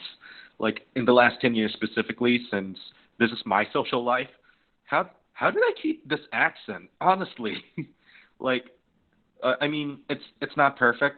It's not a perfect American accent, I but guess It's I guess almost it's perfect. It's almost I perfect. Not mean gonna lie, but I guess it's it's what it because of is. What it is. I guess it's because of a lot of exposure to the media in the U.S. oh yeah, definitely. That's Yeah, that's it's a part lot of it. easier. But at the same time, like I guess it's also got to do with the fact that I grew up speaking English in like an Americanized household. So most of the English that we do speak actually already comes with the accent. It's just that my accent matured a lot more than like the people around me, basically. And yeah, so other than that, Angela already touched on this a while ago, but the next question would have been, would you say that homesickness is a real problem, regardless of where you feel more comfortable living? Well, since you both answered this to a degree, I would say, I guess it's my turn to answer. Um, I would say that yeah, I will miss the Philippines whenever it is that I'll be back in America. Like I spent more than 10 years here. Like that's more than enough to form a lifetime of memories, and all of these formative experiences, all of that. It's it's just something that you'll reminisce upon, like in days where in America you'll suddenly start to miss stuff. Like for example, uh, on some cold nights you'd wish that it's a bit more humid, it's a bit more I don't know, something you would need an excuse to use an electric fan for. It might not make sense at first, but trust me, you will know. And other than that, there's also the food. Definitely, food is the biggest thing I'll miss here. Like, I mean, local Filipino dishes like sinigang, for example, like you're not gonna find that in America, at least not the authentic kind. And these sorts of things I will miss. It's a homesickness thing. At the end of the day, you're still going to be brought back to your childhood days when things were simpler, when things were easier, and when things were still under the control of your parents and stuff like that, where you feel safe rather than having to be independent. I know I've felt it because that's what I felt when I lived in Manila for a year. And basically, it is going to happen, like wherever you go, wherever you're more comfortable. Like, for example, I'm here in the Philippines right now, and I miss America like hell. I can't even like say like how much I miss being in America. But at the same time, when I'm there, I'm gonna miss the Philippines. I'm pretty Oh sure yeah. Carl also misses the Philippines, but at the same time, if he's here, he's Oh, I gonna miss the definitely UK. do. Yeah, I and if you definitely ever find do. yourself here, you're gonna miss the UK. and Yeah. I'm Yeah, not sure about definitely. Like if Vasco if he misses no, no, if no, he misses definitely. the I UAE. also no, I also miss the UAE actually. Like there are a lot of things I miss. Like say, just I Or guess maybe there's there are this sort of one. I guess it's Ooh. just no. I No, mean we're not going there. We're not going no, there. no, no. Hear me out. I guess as for me, it's sort of like I always ask the question of what if I stayed there a bit longer? Like, what would have I done? Like, having known all of these things, having experienced all of these things during my stay in the Philippines, like I always look back to when I was in the UAE, and I would think like, okay, how would my life have gone if I had stayed there a bit longer? And maybe I guess I would be able to sort of go out a bit more because it's a lot safer to do so. Like I would be I would be able to sort of explore the country a bit more, be sort of practice being a bit more independent rather than here in the Philippines, because there's definitely sort of this this need that you have to be kept safe by by your parents, because the Philippines is just it's this huge mess of a country that you like lots of lots of things will come at you like from every corner, like natural disasters or crime or whatever. Like yeah, there is this sort of sense that I definitely do miss the UAE in the sense that I sort of felt a bit more safe. I So think we yeah. can all relate, like in a way. I forgot what I was supposed to say, but basically, what I was thinking was that we will certainly miss aspects of like this other home that we have, and God, I forgot. Man, whatever. We'll go back to that later. So other than that, if there was one thing that you would bring from the Philippines or from this foreign country to the other, what would it be? Let's start with Carl this time. What do you mean by that? Can you elaborate, please? Um, Basically, like something cultural, something material. Basically, in your case, like if there's something you miss from the Philippines that you want to bring to Britain, what would it be? Oh, definitely food. If it was possible, every Filipino food I want. Yeah, All right, and fair enough. then yeah, it includes fruits because mangoes in the Philippines are way better here. And there's also called rambutans. I miss rambutans. There's also Do star apple. rambutans not get sold in the UK? I don't know. It's kind of similar to lychee according to them, but I don't know if there are Rambutan? Lychee? What? rambutans being sold here. I miss rambutan. I miss the mango. Isn't I miss everything the like more star apple. expensive there in Yeah. terms of fruits? Sorry. Isn't everything like more expensive there in terms of fruits and vegetables? I mean everything here is more expensive compared to the Philippines. Yeah. Yeah. I mean, like even by American standards, like British fruits are so expensive. Oh, it definitely is. Well, it makes sense because of the weather. It's really hard to you know plant crops. I'd say so. Its value is really high. It I takes mean, to lots be of effort. fair, the only thing you can plant in that godforsaken island are potatoes. So, yeah. I'd say so. Yeah, and then there's also the fact that not even I know someone who's protesting that fast food is actually cheaper than buying healthy foods like vegetables and fruits, but I mean, what it they don't really is. realize. Sorry. I mean, it really is in like most Yeah, instances. but then Like, but then this person doesn't. I'm not hating on him, but it's just he doesn't realize that. I mean, no, not just him, but some people in general just don't realize that one reason they could be expensive is they are probably GMOs oh yeah, because yeah, GMOs, and there's a high chance that the fruits and vegetables being sold in the groceries around here are mostly GMOs so that they'll last longer, and they could be, let's say, other than lasting longer, maybe healthier, or it enhances the quality of the crop you get me. That's pretty yeah. much what the GMO does, which leads to the prices of fruits and vegetables increasing. Yeah. Yeah, that's pretty much why stuff here is expensive, and yeah, food here Would is are you gonna yeah, bring food like in general anything is else though? expensive. Bring anything else? Ooh, hmm. Give me ideas, please, because I'm running out of ideas. I What don't would I know. bring? I don't know, something cultural. Ooh, something cultural. Let me see. Material things other than food. Please don't say clothes. Material things other than food. Sorry? Please don't say clothes. I mean, no, definitely not. I prefer British fashion. Not gonna lie. What? I prefer British fashion. I'm not gonna lie. Western fashion is better in general. What do you mean? Definitely. Yeah, clothes. That's just a no-no. This sucks. Yeah, it's just food mainly. I mean, every Filipino here in this country loves Filipino food, and one I mean, who thing they doesn't? go back to the Philippines for is food. Yeah, that's pretty much it. Food. All right. What about you, Angelo? Okay, going from that little tangent about food in the Philippines, um, well, okay, from the material to sort of the immaterial, like sort of the general attitude that people have.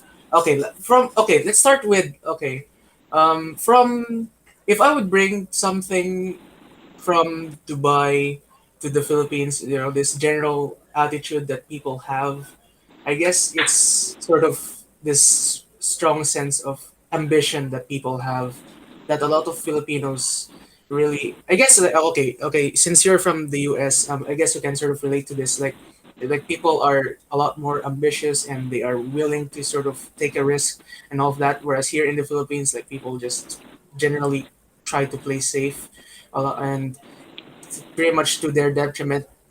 So I guess it's one thing, because in Dubai, like there is really, you really sort of get this sense that people are striving to sort of innovate, to become the best versions of themselves, and to just really like. But whereas here in the Philippines, it's like we're just barely surviving, like this is just general attitude that people are just too scared to be too risky. Like there's this, like, okay, we want to do these things, but also we have to be practical about it, you know like a lot of times, like we would have dreams that we really have to sacrifice just for the sake of practicality, or being pragmatic about things. But I guess it's also sort of like having the right balance of both, like being pragmatic and being ideal about your dreams or aspirations, being ambitious, or being like, okay, what is it that do I actually need, like that. But whereas what I would bring from the Philippines, on the other hand, to Dubai, as far as like attitude, or sort of a cultural thing, I guess, is sort of, um, I don't know. One thing that pops into my mind right now is just resilience, the resilience that Filipinos have. Like, I guess in because in the UAE, like I guess, or maybe it's just for a certain like um um economic, like, or socio-economic, like, group of people, or I don't, okay, I guess because I sort of noticed this with my classmates at the time, like like they would sort of complain about little things. I mean, first world problems, yes, because like, just first world problems. Like it's annoying. Like, okay, they're just complaining about the littlest of things. Like, like they're like, it rained and it's barely like the flood is barely even like above the ankle, and they're already complaining about flood. Whereas in the Philippines, like it would literally be like freaking signal number 4.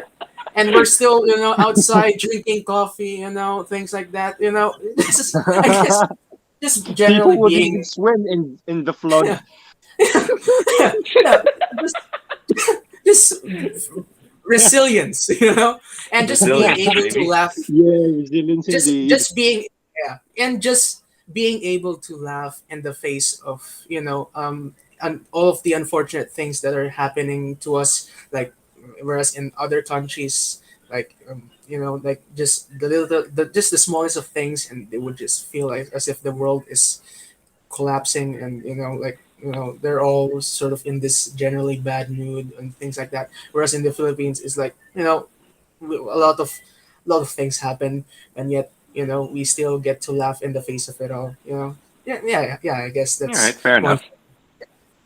Yeah, so, you know to summarize, like, from Dubai to the Philippines, it's just being a bit more ambitious, and from the Philippines to Dubai, it's being resilient and being able to laugh in the face of everything.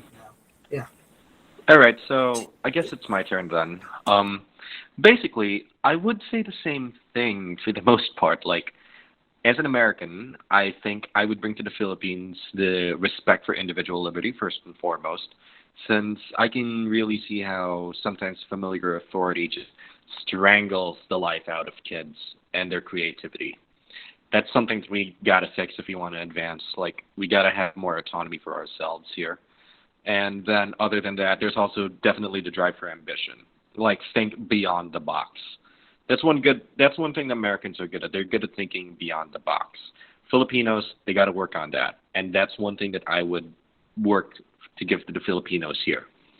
And I guess diving a bit more into the immaterial, I would also want to give the Philippines the same economic dynamism that America has.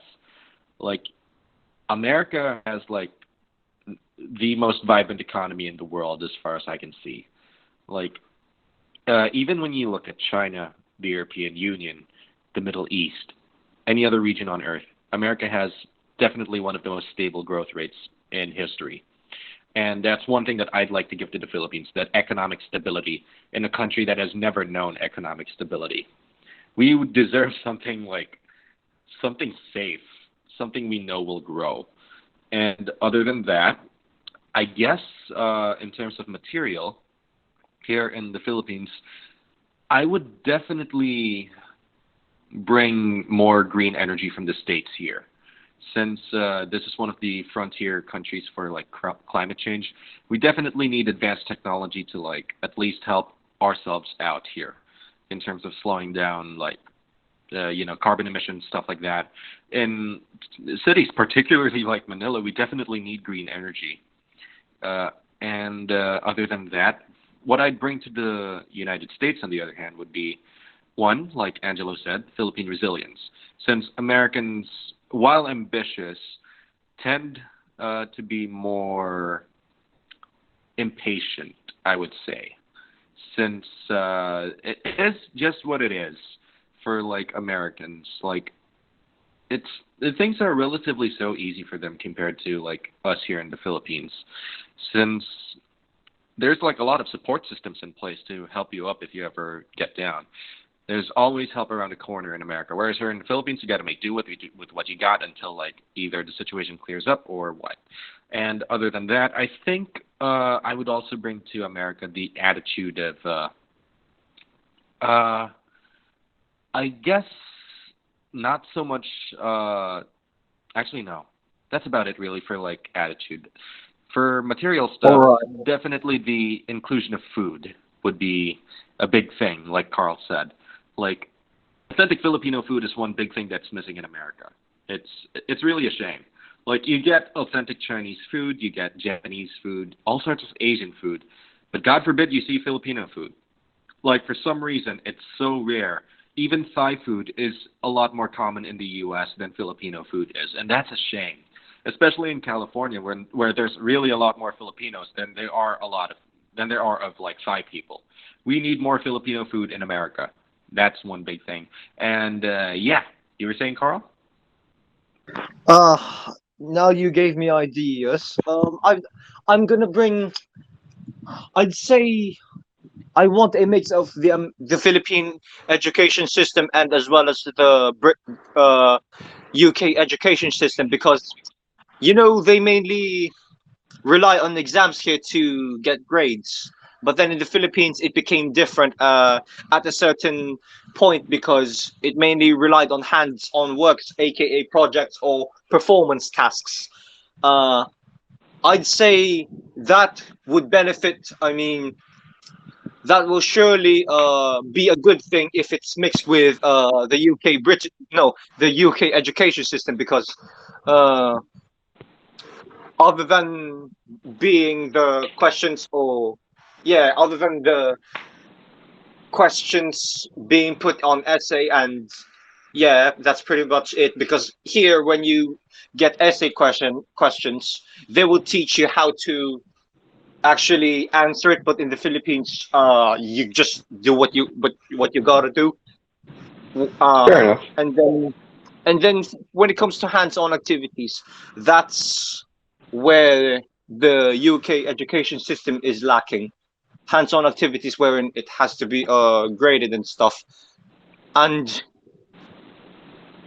also because some people here are actually good with are actually way better in hands-on work compared to doing exams. And some people, I hear them say that it's unfair that only a piece of paper will define their future. Well, I kind of agree with them, because I know some people who are really, really good with hands-on tasks compared to paper, and some people are just not really liking exams, and it's understandable because they can be a bit of a nuisance. But then, yeah, they should get a taste of what it's like doing hands-on tasks that are that are graded, so to speak. So that's what I would bring. I would mix the Philippine education system to the UK education system. Yeah, All that's right. pretty much it. So let's liven it up a bit.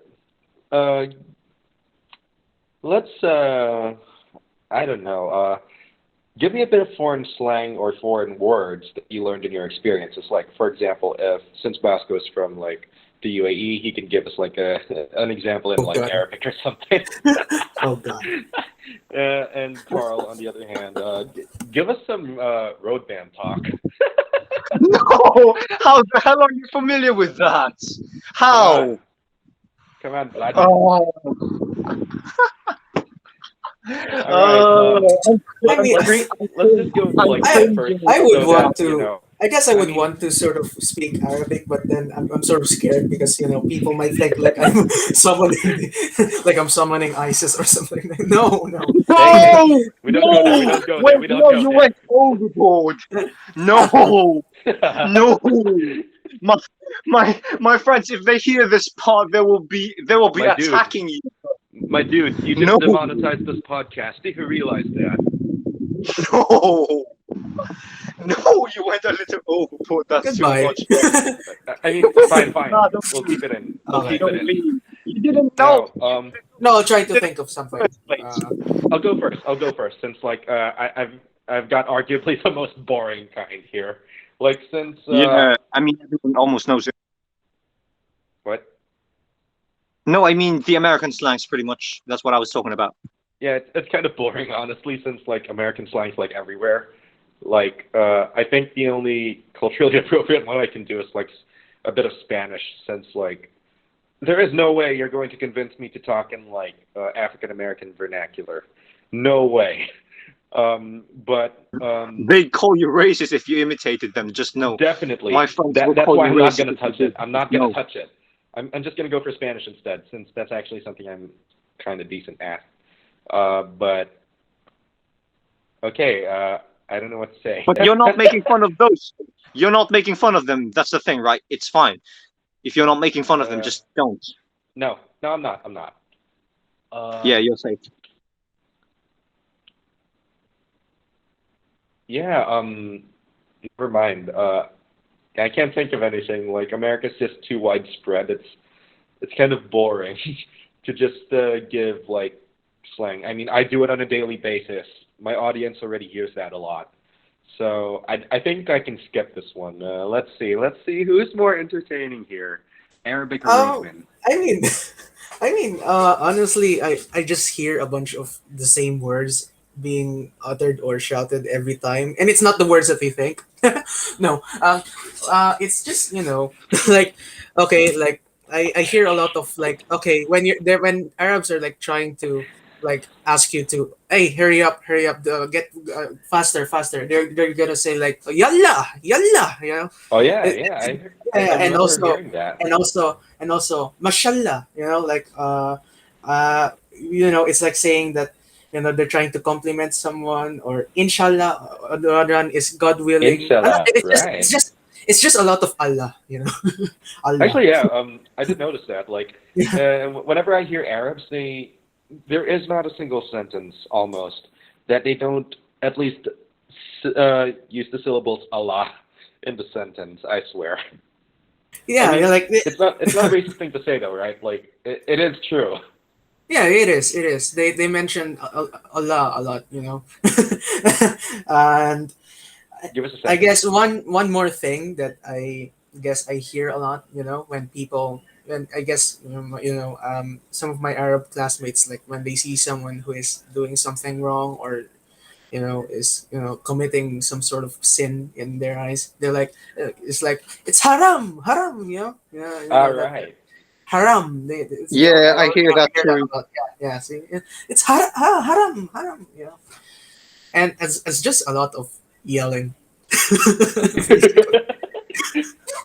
Just a bunch of Arabs just I mean, to be fair, and like in America, like I guess I can speak for like a bit of experience with Latinos. Like, it's kind of the same thing. It's just horsey yelling-ish kind of thing.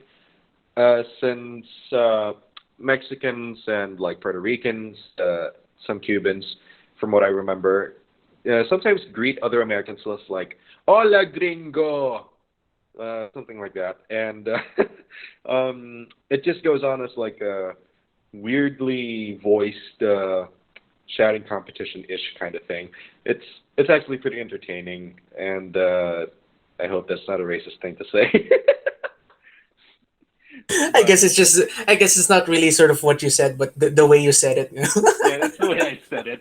I mean, it's not like it's not like I'm in a much better position. Like, I'm trying to speak like an Arab here. Like, no, no. I mean, Oh yeah, yeah. yeah, like I honestly have respect for like Latinos. So let's just make it clear that yeah, I actually love Latinos, especially Latinas, but that's a different story. Ooh, Uh, that's a topic we will cover later on, lads. actually, that's a spoiler. That's a spoiler. Uh, anyway, Carl, your turn. Give us some roadmap. Ah, it's no, not yet, not yet. Give me some Yes. time because basically, I remember something called tambay, which means in the Filipino language it means someone someone who's very ill-mannered, uneducated because they are pretty much living Standby. on the streets. It's basically Yeah, like gangster, but without a gang, basically.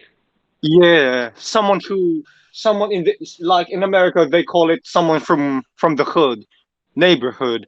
Slum boy. Um, huh? Sorry. Sometimes we call it slum boy. Yeah, it makes But sense. yeah, anyway. Now, my imitation for the, Roadman, for the equivalent of Roadman, standbys in Roadman. this country. So they pretty much try to speak like a rapper, and they'll act tough. Pretty much, they'll act tough, and they'll try to sound tough. I'm telling you, and I can't do that. I can't do that. They'll That is be. the slang they use. It's gonna be funny anyway. I'll try imitating, but I'm not one. It's just, for example, if they're so it's so annoying when I think of it. Mandem. No, no, no. Come on, Well, do it. now this is what I can think of. Yo, wag one G. What are you saying? Isn't that Jamaican? When the hell will you ask someone how they are, and how the hell would you replace it? How the hell would you replace it with what you saying? What? How? Whenever they greet someone, instead of saying how are you or what's up, they'll say what are you saying, bruv?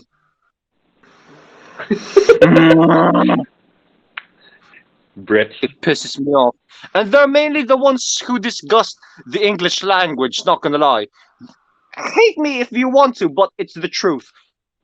They disgust the English language to the point that I'm actually sometimes annoyed whenever I hear someone someone speaking in the wrong grammar, but sometimes it's not their fault. For example, instead of saying you were, which is grammatically correct, they'd say you was. Ah, that's just not acceptable for me. It's so annoying. You two know. You Of two course. know because we studied grammar basically our whole lives in the Philippines, and if you did that, that would be a horrible mistake. Of course. I As mean, in like, everyone's gonna make fun of you or will perceive you as dumb. And I here mean, you I hear that. mean, Just what the hell? honestly, Sometimes like, it's it's annoying. really Sometimes ironic. it's Like, annoying. the people who invented the English language are the ones who speak it the worst. I mean, it's We'll not see like about we that. can. It's not like we can speak perfect Filipino either. Oh, it's definitely not. Nah, not at all. Like, Nah, it's here in the Philippines, impossible. like, Nah, it's you can't impossible. you can't Nah. speak a Filipino sentence without injecting some English into it. It's Oh literally yeah, Exactly. impossible. definitely. Yeah. Hell, neither can you inject something without any Spanish words. Yeah, Well, yeah, because that's basically like half the Filipino language already. yeah, true. But then back to Roman. Uh, hey yo, what you saying, bruv? Or like, for example, if they are mad with something, stereotypically they are saying, "Hey, you want some beef, bruv?" Bruh. Bruh. Just bruv, bruv, Bruh. Yeah, full of bruv. bruv. And then we're talking about slangs as well. Oh yes, speaking of slangs, when someone says clapped, it means ugly in this country. I don't know how the hell they came I up mean, with it. in America, when you say clapped, it means killed. So there's that. Ah, well, I'm kind of thinking of clipped because you know how it's associated with guns. I mean, at the same, I mean, clipped also America as like killed, but clap just makes more sense because like the allegory is that if you clap something, it's like killing a fly. You clap it. Oh yeah. And then when something is weird, they say tapped. Okay, that is weird. Yeah, they say something's tapped, something's weird.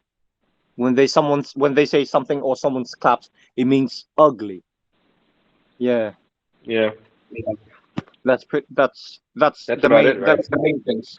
Yeah, and the others I don't know much about because just no, not my I thing. mean, we're not gonna dive into that. That's already like a level of cringe too far. So, do you prefer the foreigners or the Filipinos? Oh, things are getting spicy here. Let's That's hand it the over to question. Angelo first. Yeah, let's hand it to Angelo first. What do you mean by preference? Like what? Like, What? What? like in terms of like attraction stuff like that. Like, Oh, who do you find yourself more attracted to? Like the typical Filipina, the typical oh, Emirati, wait, or wait. what? Support local. I mean, no, yeah, no, I just want to feel comfortable. Like I feel like there's this. Like if I'm with Yeah, someone who is You want to from. feel the warmth eh, of a woman. we know what you mean by No, no, no. comfortable, I like mean, sitting on no, someone's no, lap, no, right? no, no, no. I mean, no. What I mean is like when you're with someone who is in a different from a different sort of culture, from a different You ethnicity. know, Carl, Like they wouldn't there's get what you're doing. No one's gonna get what you're Exactly. doing except the Filipinos. You know that, right? Yeah, I know. It's fine. We're most likely gonna have Filipino audiences anyway. It's Oh probably yeah, gonna be a definitely. few of my mates who I don't know, who don't get it. Your friends are gonna be so confused. I swear. I know. Yeah. Oh yeah, Oh yeah. they're gonna tell me when they hear What this, the they're hell gonna is that tell me sound? what the hell are you on about? That's what they'll say. That's yeah. I can see it happening once they listen to this. I can see it You're gonna happening. explain it to them. I'm not doing it in this podcast, dude. Yeah, it's fine. I can explain it. It's yeah, it's easy. Yeah. It'll be a fun experience. Anyway, But yeah. so back to the discussion. Don't skip on us, Basco. You gotta answer. No, I already Yeah, yeah, I already told you. Support local. but you haven't said why. Why? Because I just feel a bit more. I just don't. I want to be with someone who I am like a lot more familiar with. Like I need to like you Culture, understand. Like culture, if you're culture wise. culturally, Is that yes, what you mean? yes, culture wise, and also like the attitudes, the behaviors that come with being with someone from sort of a different country or a different race. It's like if you're a Filipino, it's you know what at least you sort of get like okay, even take the There's like again like an taking the good with the expectation bad. there, isn't it? Yeah, yeah, like again like taking the good with the bad. Like you know that you know what to expect when you're with the Yeah, whereas when you're trying to deal with someone from a different race, it's like it's an entirely there's a learning curve that comes with it. So it feels a bit less like you know like eventually it will tire you out and you'll try to sort of think like okay like is this even worth it in the long run. No, And you don't take just want this. to sit on someone's lap right now, do No, you? don't take this. Mm, Hmm. Carl. Carl, no, No, we don't stop. go there. No, Not here. no, no, no. This is family Anyway, friendly. anyway. Okay. So basically, what you're trying to say is that you would rather someone who's actually like more culturally familiar with you, right? Yes, yes. And All I right, also mean, it's fair a there's enough. this logical reason. again. It's There's actually a this logical reason. yeah. And also there's this sort of sense like if you're a Filipino and you're trying to date someone who sort of maybe there would be this sort of dynamic that one race is sort of like superior over the other, and most likely like since Ooh. Filipinos again are so no, I'm not saying that that's the case. I'm just saying that there is this sort of feeling that when Filipinos like say okay big obviously like Filipinos, so when they date like some like an American or something like that, there's this sort of sense that maybe the American or the foreigner would be the dominant one in the relationship. Like you'll get one. No, yeah, don't take it That's different. actually funny. No, no, no, don't take it there. No, no, you know what I mean. No, no, that's not. Yeah, Yeah, Yeah, yeah. yeah, we know what you mean. We know what you mean. So, yeah. It's just But funny. I, Makes us laugh. I know but what it's she's just thinking. I I just beg to realized disagree, though. yeah, I yeah, mean, yeah. I beg to disagree, since personally, I would prefer any, really. I don't have a specific racial preference when it comes to these sorts of things. It's just that, the cultural familiarity part, it really applies to like either American or Filipino. It doesn't really matter to me. So I'm basically open to like any race of people, as long as they basically have the same values as they would an American or a Filipino. Oh, I know. And And a big wait, a big deciding factor on that as well is obviously Emirati Muslim. So ah, you know, yeah, right, that's cultural a big. difference, big Yeah, cultural difference as a Christian. that's a Yeah, big. Yeah. I mean, in my opinion, basically, uh, as long as someone out there is like willing to love you, then you should probably give them a chance, wouldn't you? Like, uh, This they is the don't have to wise be. man Moses the Hermit speaking. This is worth note taking. I'm telling you. I'm telling you, all my audiences, he's one of the wisest persons out there. And if you have love problems, he can help My you with it. God, I'm not a guru. You know that, right? Doctor But Ka. yes, as I was saying, so love really is blind, like especially in terms of like color. You don't really have to have a preference in terms of like relationships, who you want to be with, that sort of thing. Because in my opinion, like as long as you're loved, you're already lucky. Like at least that person actually took the time out of their day to actually care about you. Oh, yeah, yeah, Not a lot of people would do that. yeah. I mean, of the number of Agreed. people there I are in the guess. world, there are only like less than 300 that will actually ever care about you. And of those 300, give or take, there will only ever be five partners that will ever see you in a romantic light. So do with that as you will. Oh, yeah. And in my opinion, like it doesn't really matter what the race is, as long as like there is a connection there and there is a shared cultural value there. Like as an American, I would look for something for someone that respects my personal boundaries, respects my freedom to do things separate from them, and to grow as a separate person, but at the same time help them grow. As a Filipino, I would look for someone who's loving, caring, and typically uh, I would say probably like a traditional housewife-ish kind of thing, but not that I would put them in that position. I'd still respect their freedom, stuff like that, but just the virtues of a loving housewife would really go a long way in like deciding like what kind of girl that I want to be with. And in that sense, if you can somehow find both, in my opinion, you got yourself the perfect combo. As long as, you're both compatible in terms of your interests and stuff like that, you'll be Yeah, fine. as long as there's a click, so to speak. Yeah. And, well, I did say that I love Latinas, didn't I?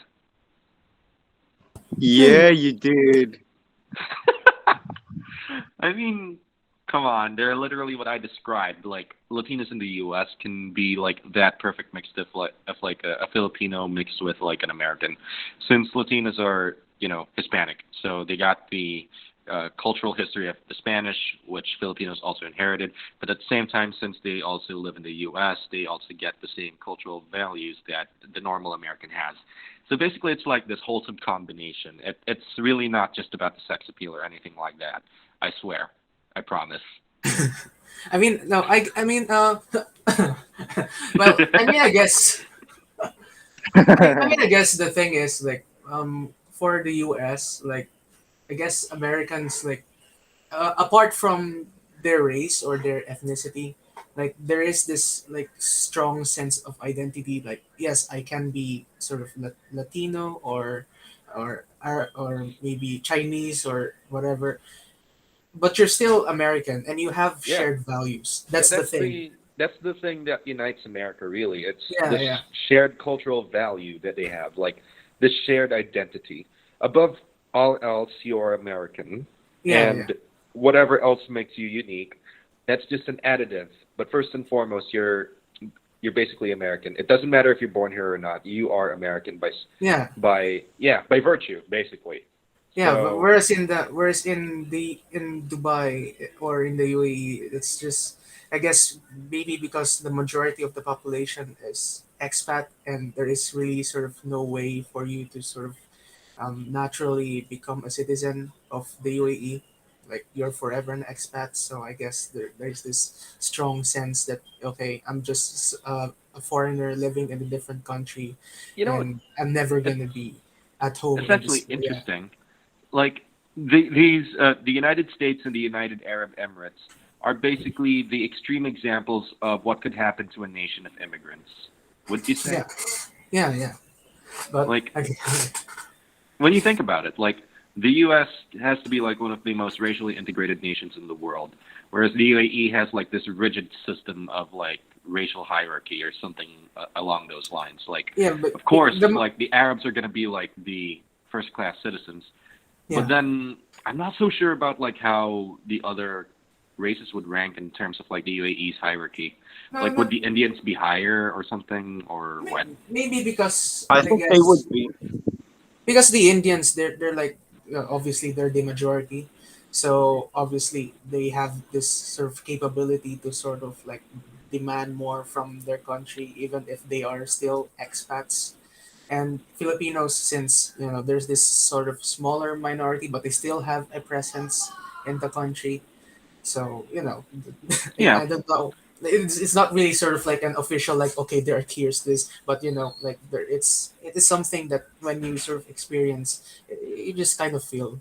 You just kind I of feel mean, it, I yeah. guess. By contrast, like in the U.S., like minorities have like a ridiculously high proportional power of representation compared to like the majority white people, considering that all men are created equal under the law. Therefore, in terms of representational power, uh, African Americans like have disproportionately high power in terms of representation when you think about it. And that's a beautiful thing because like it makes sure that every voice is actually heard. Like in America, you are equal no matter your race. And that's a beautiful thing to see, really. Like even though there's like imbalances in terms of like social conduct stuff like that, the law goes as far as to make sure that you are treated equally, like every single American should be. And it's honestly kind of sad to see that that's not the case in like the UAE or like a lot of other countries that have like multicultural societies. I'm not entirely sure if the UK would qualify as like somewhere close to the US in terms of that, or more so close to the UAE. I'm pretty sure it's more close towards the US in like being more racially integrated, but the white majority who are native to the island are definitely a lot more powerful than any other minority out there. Wouldn't you say, Carl? Yeah. What do you think of what? What do I think of what? Were you asking? Uh, Basically, like, where does Britain stand in terms of like racial stuff, like compared to the U.S. and the UAE? I mean, what do you mean by that? To Like, What do you mean by that? like For how in the example, UAE, like how in the UAE, basically, like people have this rigid system of like racial stereotypes that they can't overcome. oh, Whereas in the so U.S., it's okay. basically like everyone's equal. There is no, you know, yeah. Oh, are you basically well, like this has to do with superiority. Not Oh, necessarily superiority. It's yeah. more like, is there an imbalance in like in like the equality of uh, races in terms of like legal power, stuff like that? I mean, some people have experienced it. They feel so being left out or discriminated just because they don't get to have the benefit. They don't get to have the same benefits as the other people. But then it has to do with the government actually. But then I don't want to talk about it, Yeah, especially that's now fair. that That's yeah, fair. yeah. But that's pretty much in a UK in a nutshell when it comes to how other races are being perceived as. They are pretty Actually, much yeah. I mean, I yeah, want to make a clarification in like my views. I'm not yeah. trying to say that the U.S. is like entirely racist free. That is so far from the truth. Like there are a lot of racists, most of them individually acting. But for the most part, the law actually does protect most races. There is no, not racists, racists, like the race of people. So basically, it. Yeah, I just will. because you I'm just because acknowledging that wait, there is still racism in the U.S. It's just, legally speaking, it just isn't that present anymore. So it's already like on the brighter side of history when it comes to like racial integration, especially when you compare it to a place like the UAE. So yeah, that's just my clarification on that. And yeah. actually, Yeah, you also never answered the also question yet, Carl. wait. Also, I also want to make a clarification that and to also some sort of friendly reminder from me because um you know how you said that I mean what you just said reminded me of not everything you see on the news is Is applicable to the realities whole basically. country. Yeah, like That's what I yeah, want to clear because everyone nowadays are easily blinded by the the by media. yeah by false fact by false informations by false informations because I don't know they're on their phones all the damn time and it's just the world right now. You know, You should be aware of what you read and what you watch of because course. most likely especially with the news it could be fake. Yeah, that's pretty much it. Just be Well, careful on what I you mean, see in the news right now. really, it's not that the news itself is fake. It's just that the it's news more. tends to make it sensationalized. Yeah, It's blown yes, out yes, of yes. control. That's what I'm So about to say. Yeah. so basically, like, yeah, people tend to like overreact to this sort of stuff because they really can't see much past like the news. Like there's a lot more nuance to like everything. It's not like the news that says it's just black and white sort of thing. Like there is no such thing as like completely good, completely evil in any sort of circumstance. There's always this gray area, and it's up to people to actually find out what that gray area is. You don't just trust the news. You actually have to look deeper at other sources as well. That's like my main rule of Agreed. thumb when it comes to like looking at things.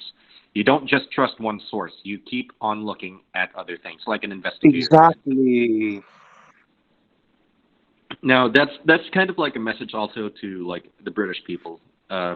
Here's like my own message to them when it comes to like media literacy and stuff like that. Um, sure, you got like a national TV set up here, like the BBC, to actually give you your information. But the thing is, you got to remember that the BBC is government funded, which means that it will pump what the government wants you to see. What matters here is that you actually look at other sources as well.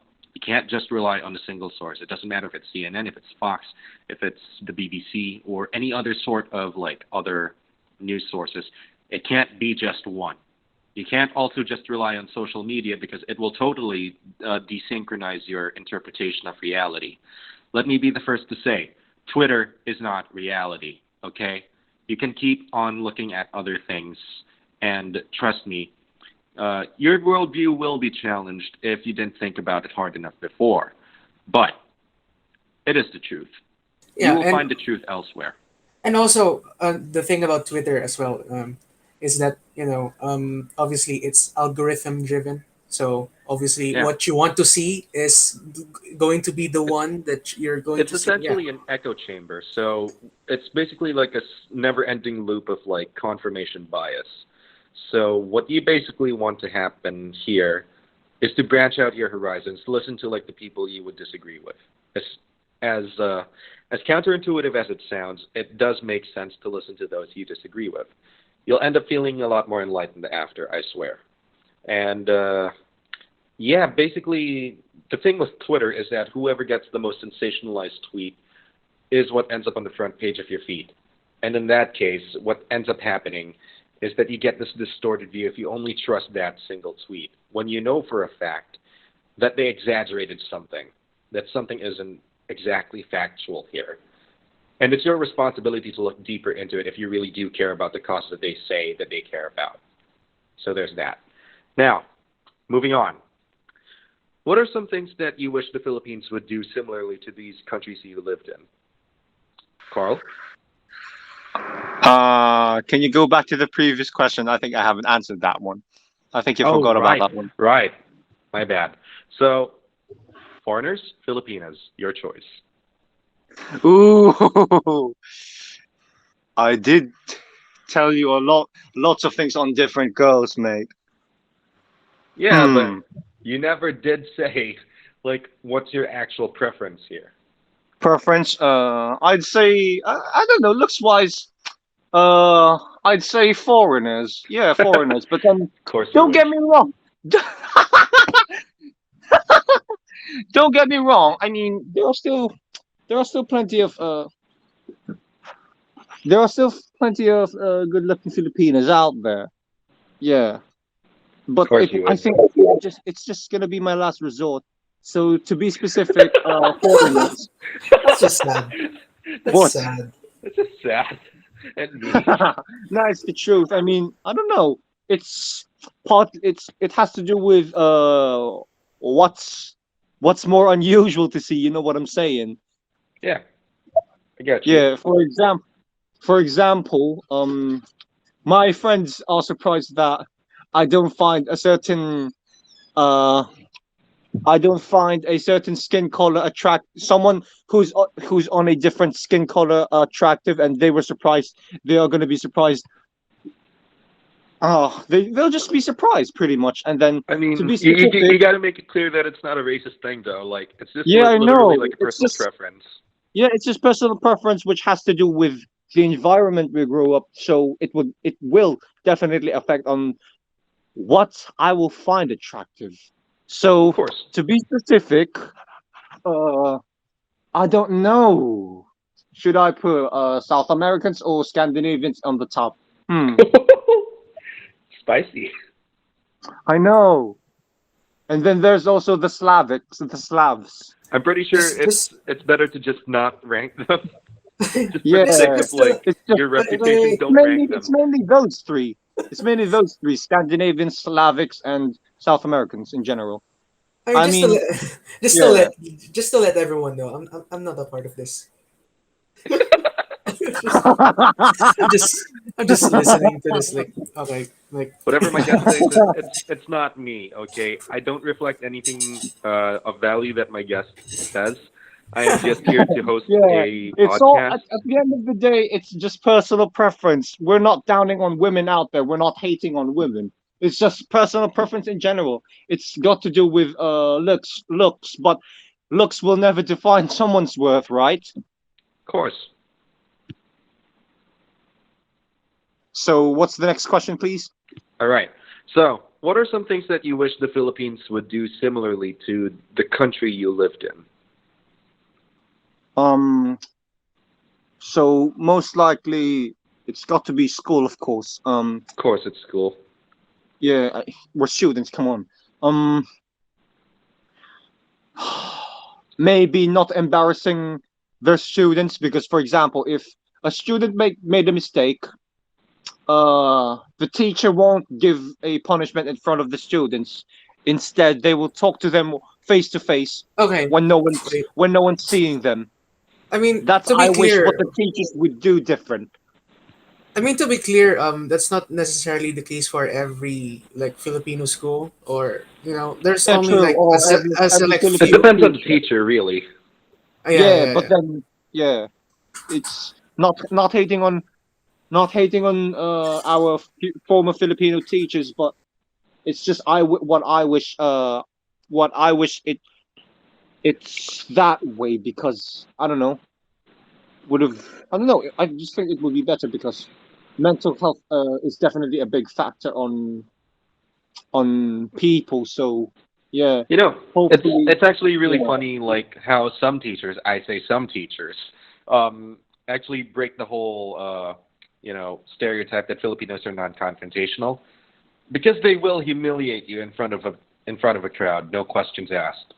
Like I remember this one time Yeah, that someone in school I actually had that lost. experience. It was Yeah, bad. like someone in school I know actually lost like somewhere around like 10,000 in cash. And then, like during the flag ceremony that Carl was talking about a while ago, like the principal suddenly called her towards the stage and like asked, like, "Didn't you lose like 10,000 in front of the entire school?" Isn't that a bit I extreme? mean, okay, I guess that's just one school. That is just one school, but at the same time, like in Do I several Yeah, know schools, which you there are. school this was? You might. I'm not we sure if we, you we do, but know you might. we know, but it's Have we been in this school? Have we No, all we're been? not.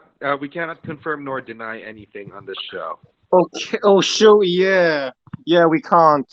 Otherwise, we're doomed. Yeah, but it's just, it's sad. But yeah, basically, in the classroom, on the other hand, there's also a chance for like the teacher to like humiliate a student if they were caught slacking or if they were mocking in a way, you know. Making a mistake. Well, not exactly a mistake, more of like something intentional, but Oh yeah, if it's something intentional, I think the student deserves to be humiliated. But if say, for example, we just for example, if we say made a mistake in classroom, I don't think of that, course, for example, like in just a lessons, mistake would be unreasonable. Like an actual mistake, yeah, that would be beyond reason to just humiliate a yeah, student just for the sake of it. But yeah, yeah. you got anything else to add to that, or Uh, what else? To be honest, though, school here is really soft on children, and it comes to a point that children become abusive of it. It's so annoying because they suddenly think that I don't know they are in control or something. Because don't not gonna lie, uh younger people than us here are young people here are, well, let's say, what age? 12, 13. They are really, really, really, really immature to the point that they are so disrespectful towards, I don't know, the they don't they pretty much, some of, a lot of them, not all, but I've seen a lot of them who don't know how to respect authorities. Damn. Yeah, Um, especially people who are older than them. They talk as if, I don't know. Yeah, that's Actually, pretty that much is it. one negative thing They about like disrespect. Western society. Like, Yeah, respect for the elderly isn't exactly that big in the West, yeah. especially in Europe and America. Since we're also focused on treating everyone equally, regardless of age, that we kind of look down upon the elderly. And that's one bad thing that, is a thing. And unfortunately, kids are barely disciplined for, like, being disrespectful. So that's Oh that's yeah. definitely something we need to fix. Yeah. And actually, that does segue into what I also want to bring into America, for example, like the discipline of like teaching your kids how to be respectful. Because though the shame part we can leave out, the respect is something that we gotta establish. Since in America, you are free to express yourself how you wish to express yourself, right? But the thing is, people sometimes take it too far, and they end up being disrespectful instead of being constructive with what they want to say, and that's bad. That's really, really bad. And honestly, this goes for like most of the Western world. We need to instill more proper respect in our children and teach them proper courtesy, stuff like that. We don't have to beat it into them, but at the very least, just make sure that they get the message. That's mostly what I want to bring to like America from the Philippines. What about you, Basco? What do you want to bring to the UAE? Um, I think I've already talked about it extensively a while Something ago, that but starts with an M. Jesus. Okay. Because the thing is, okay. Actually, I've already talked about this before, but because they live in sort of an functionally an autocratic government, sort of just being, uh, I guess, social responsibility and just caring about what is happening around them and if it's still right or you I know mean, how I would you mean incentivize them though, since like the UAE doesn't really have yeah referendums, that's does it? yeah that's the only thing though, which is unfortunate. And I guess I've also noticed this when recently I was talking to some of my classmates about some of the things that are happening here in the Philippines and about politics or some of the things that are happening, and just no, well, not just the Philippines actually, but just politics in general. Uh, but I guess just the general like I guess this lack of care, like they're sort of like desensitized to like okay, like this is just like whatever is going to happen, like we don't care. We're just gonna have like there's this sort of feeling like uh, politics is just a world that they they will never get a chance to enter, and they don't really feel like they should like talk about it because again like maybe because it's largely because they're in a country that is run by a functionally autocratic government. So I don't know. Just I guess being caring a bit more about the the things Fair that are enough. happening around them. I guess Fair enough. I don't really know what else that I that I guess I could bring from the Philippines to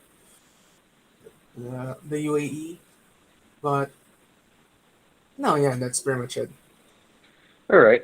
So one last question for all of us: if it were up to you, would you like to stay abroad or to come back here to the Philippines? This is going to be like for the rest of your life. So think about this one carefully. Let's start with me. Honestly, I would like to stay in the US for the rest of my life, not gonna lie. Since I already feel more at home there, as we've established, and I do feel like I got a better chance of potential over there than I do over here. Because, quite frankly, as things stand, the Philippines is a bit of a hopeless case to me. I don't really see a future for myself here. In America, however, I do see a future for myself. And in that sense, I would like to stay there. I would like to advance my life there. And, well, other than that, I would say that there's a lot of personal reasons as well to leave the Philippines, but more so to move to America. Because I really do feel like that's where my true calling is in terms of like where my home should be. And that's basically as simple as it is. I just feel more at home there, and I do see a future for myself there, along with all the other pettier reasons as to why I want to be there. Now then, let's go with Carl. Would you like to stay in the in the UK, or would you like to come back to the Philippines? To be honest though, if I were to choose where to live between Philippines and UK, I'm gonna choose UK. Not because not the reasons what everyone would expect. It's because of the weather. The I weather. love cold. The weather. Yeah, seriously. Yeah. Everyone describe 400 everyone. milliliters of rain. I mean, if it's just for the weather, I just Baguio is, as close to No, the no, no, UK no. as you can get. You know, no, not that place because you'll actually sweat there, and here you don't actually sweat here unless you do something You really, could really also physical. like move to Like Boston or sport. something if you're just in it for the same weather as London. I mean, yeah, I'd like to live in Boston, and also I'm a Boston Celtics fan, NBA. Right. Oh, Yeah, so I so would try living in Boston, Boston. Massachusetts. All right. Yeah, so just I weather would. and I would. sports. Weather, But yeah. basically, If it your if main it reason wasn't is the like USA, but then just the climate. then again, sorry. So basically, your main reason for staying away from the Philippines is the climate. I mean, I would respect like that's also one of the minor reasons why I want to leave. It's just too hot here, man. Like Not. I won't word it. I won't put it as staying away from the Philippines. it's It's not staying more away. like, It's just staying in the UK just because it's better. yeah, it's better in general. Yeah, but the only disadvantage is everything is expensive as hell. But quality of life and other services, uh, this country is Honestly, better though, compared to the like Philippines. once you That's once just you it. start like earning proper pounds over there in the UK, like the Sorry. cost of living once you start to earn like proper pounds over there in the UK, like the cost of everything starts to normalize for you and you have this new standard. So instead of the UK being somewhere where everything is expensive, for you it's going to be the Philippines is somewhere where everything is like way too cheap. Yeah, once that happens. Yeah. So, and at the end of the day, it's not really a disadvantage since you'll be getting used to it soon enough. Yeah, Like how I got used to like the U.S. dollar being like a lot more expensive than anything here in the Philippines, but at the same time, true. it's like my proper standard, like when I'm in the U.S. Yeah, true. Yeah, so that pretty much sums it up. All right. What about you, Angelo?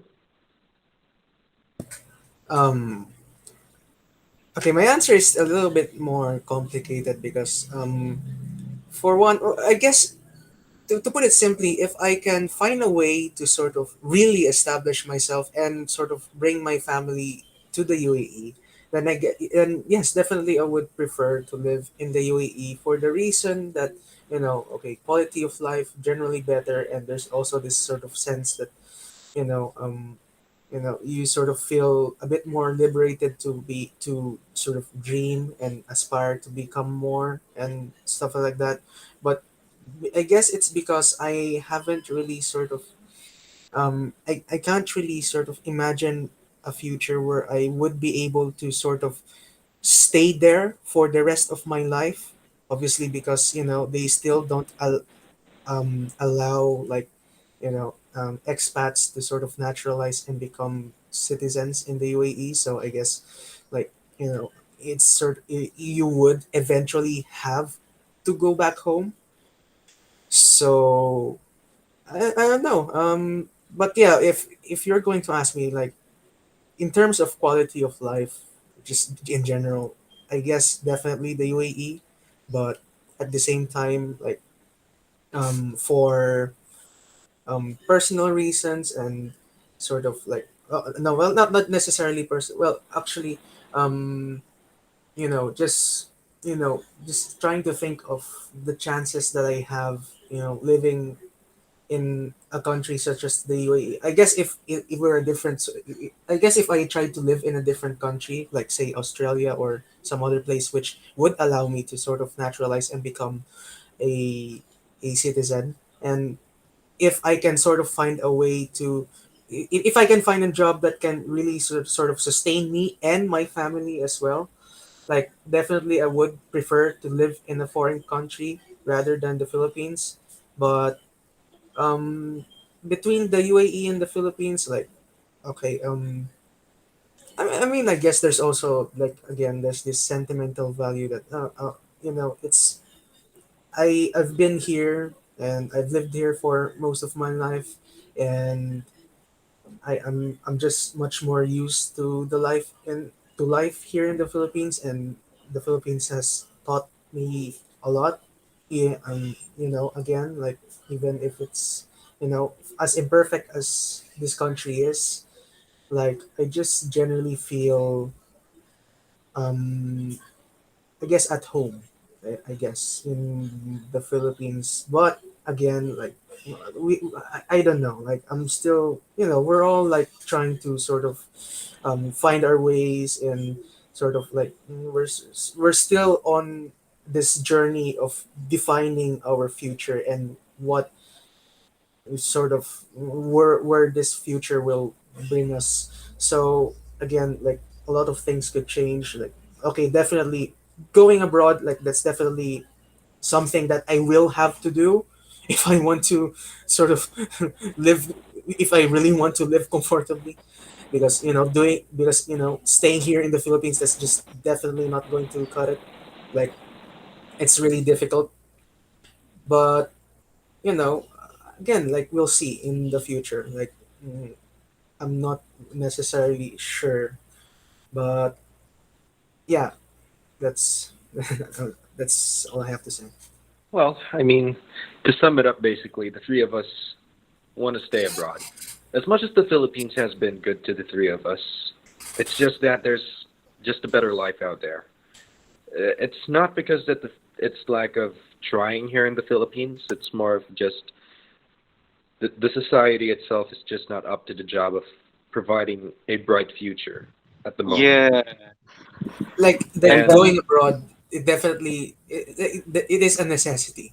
I feel like if you want to yeah, live comfortably, you have to go abroad. Yeah, yeah, that's pretty that's much it. that's agreed. basically like one thing I agree with too.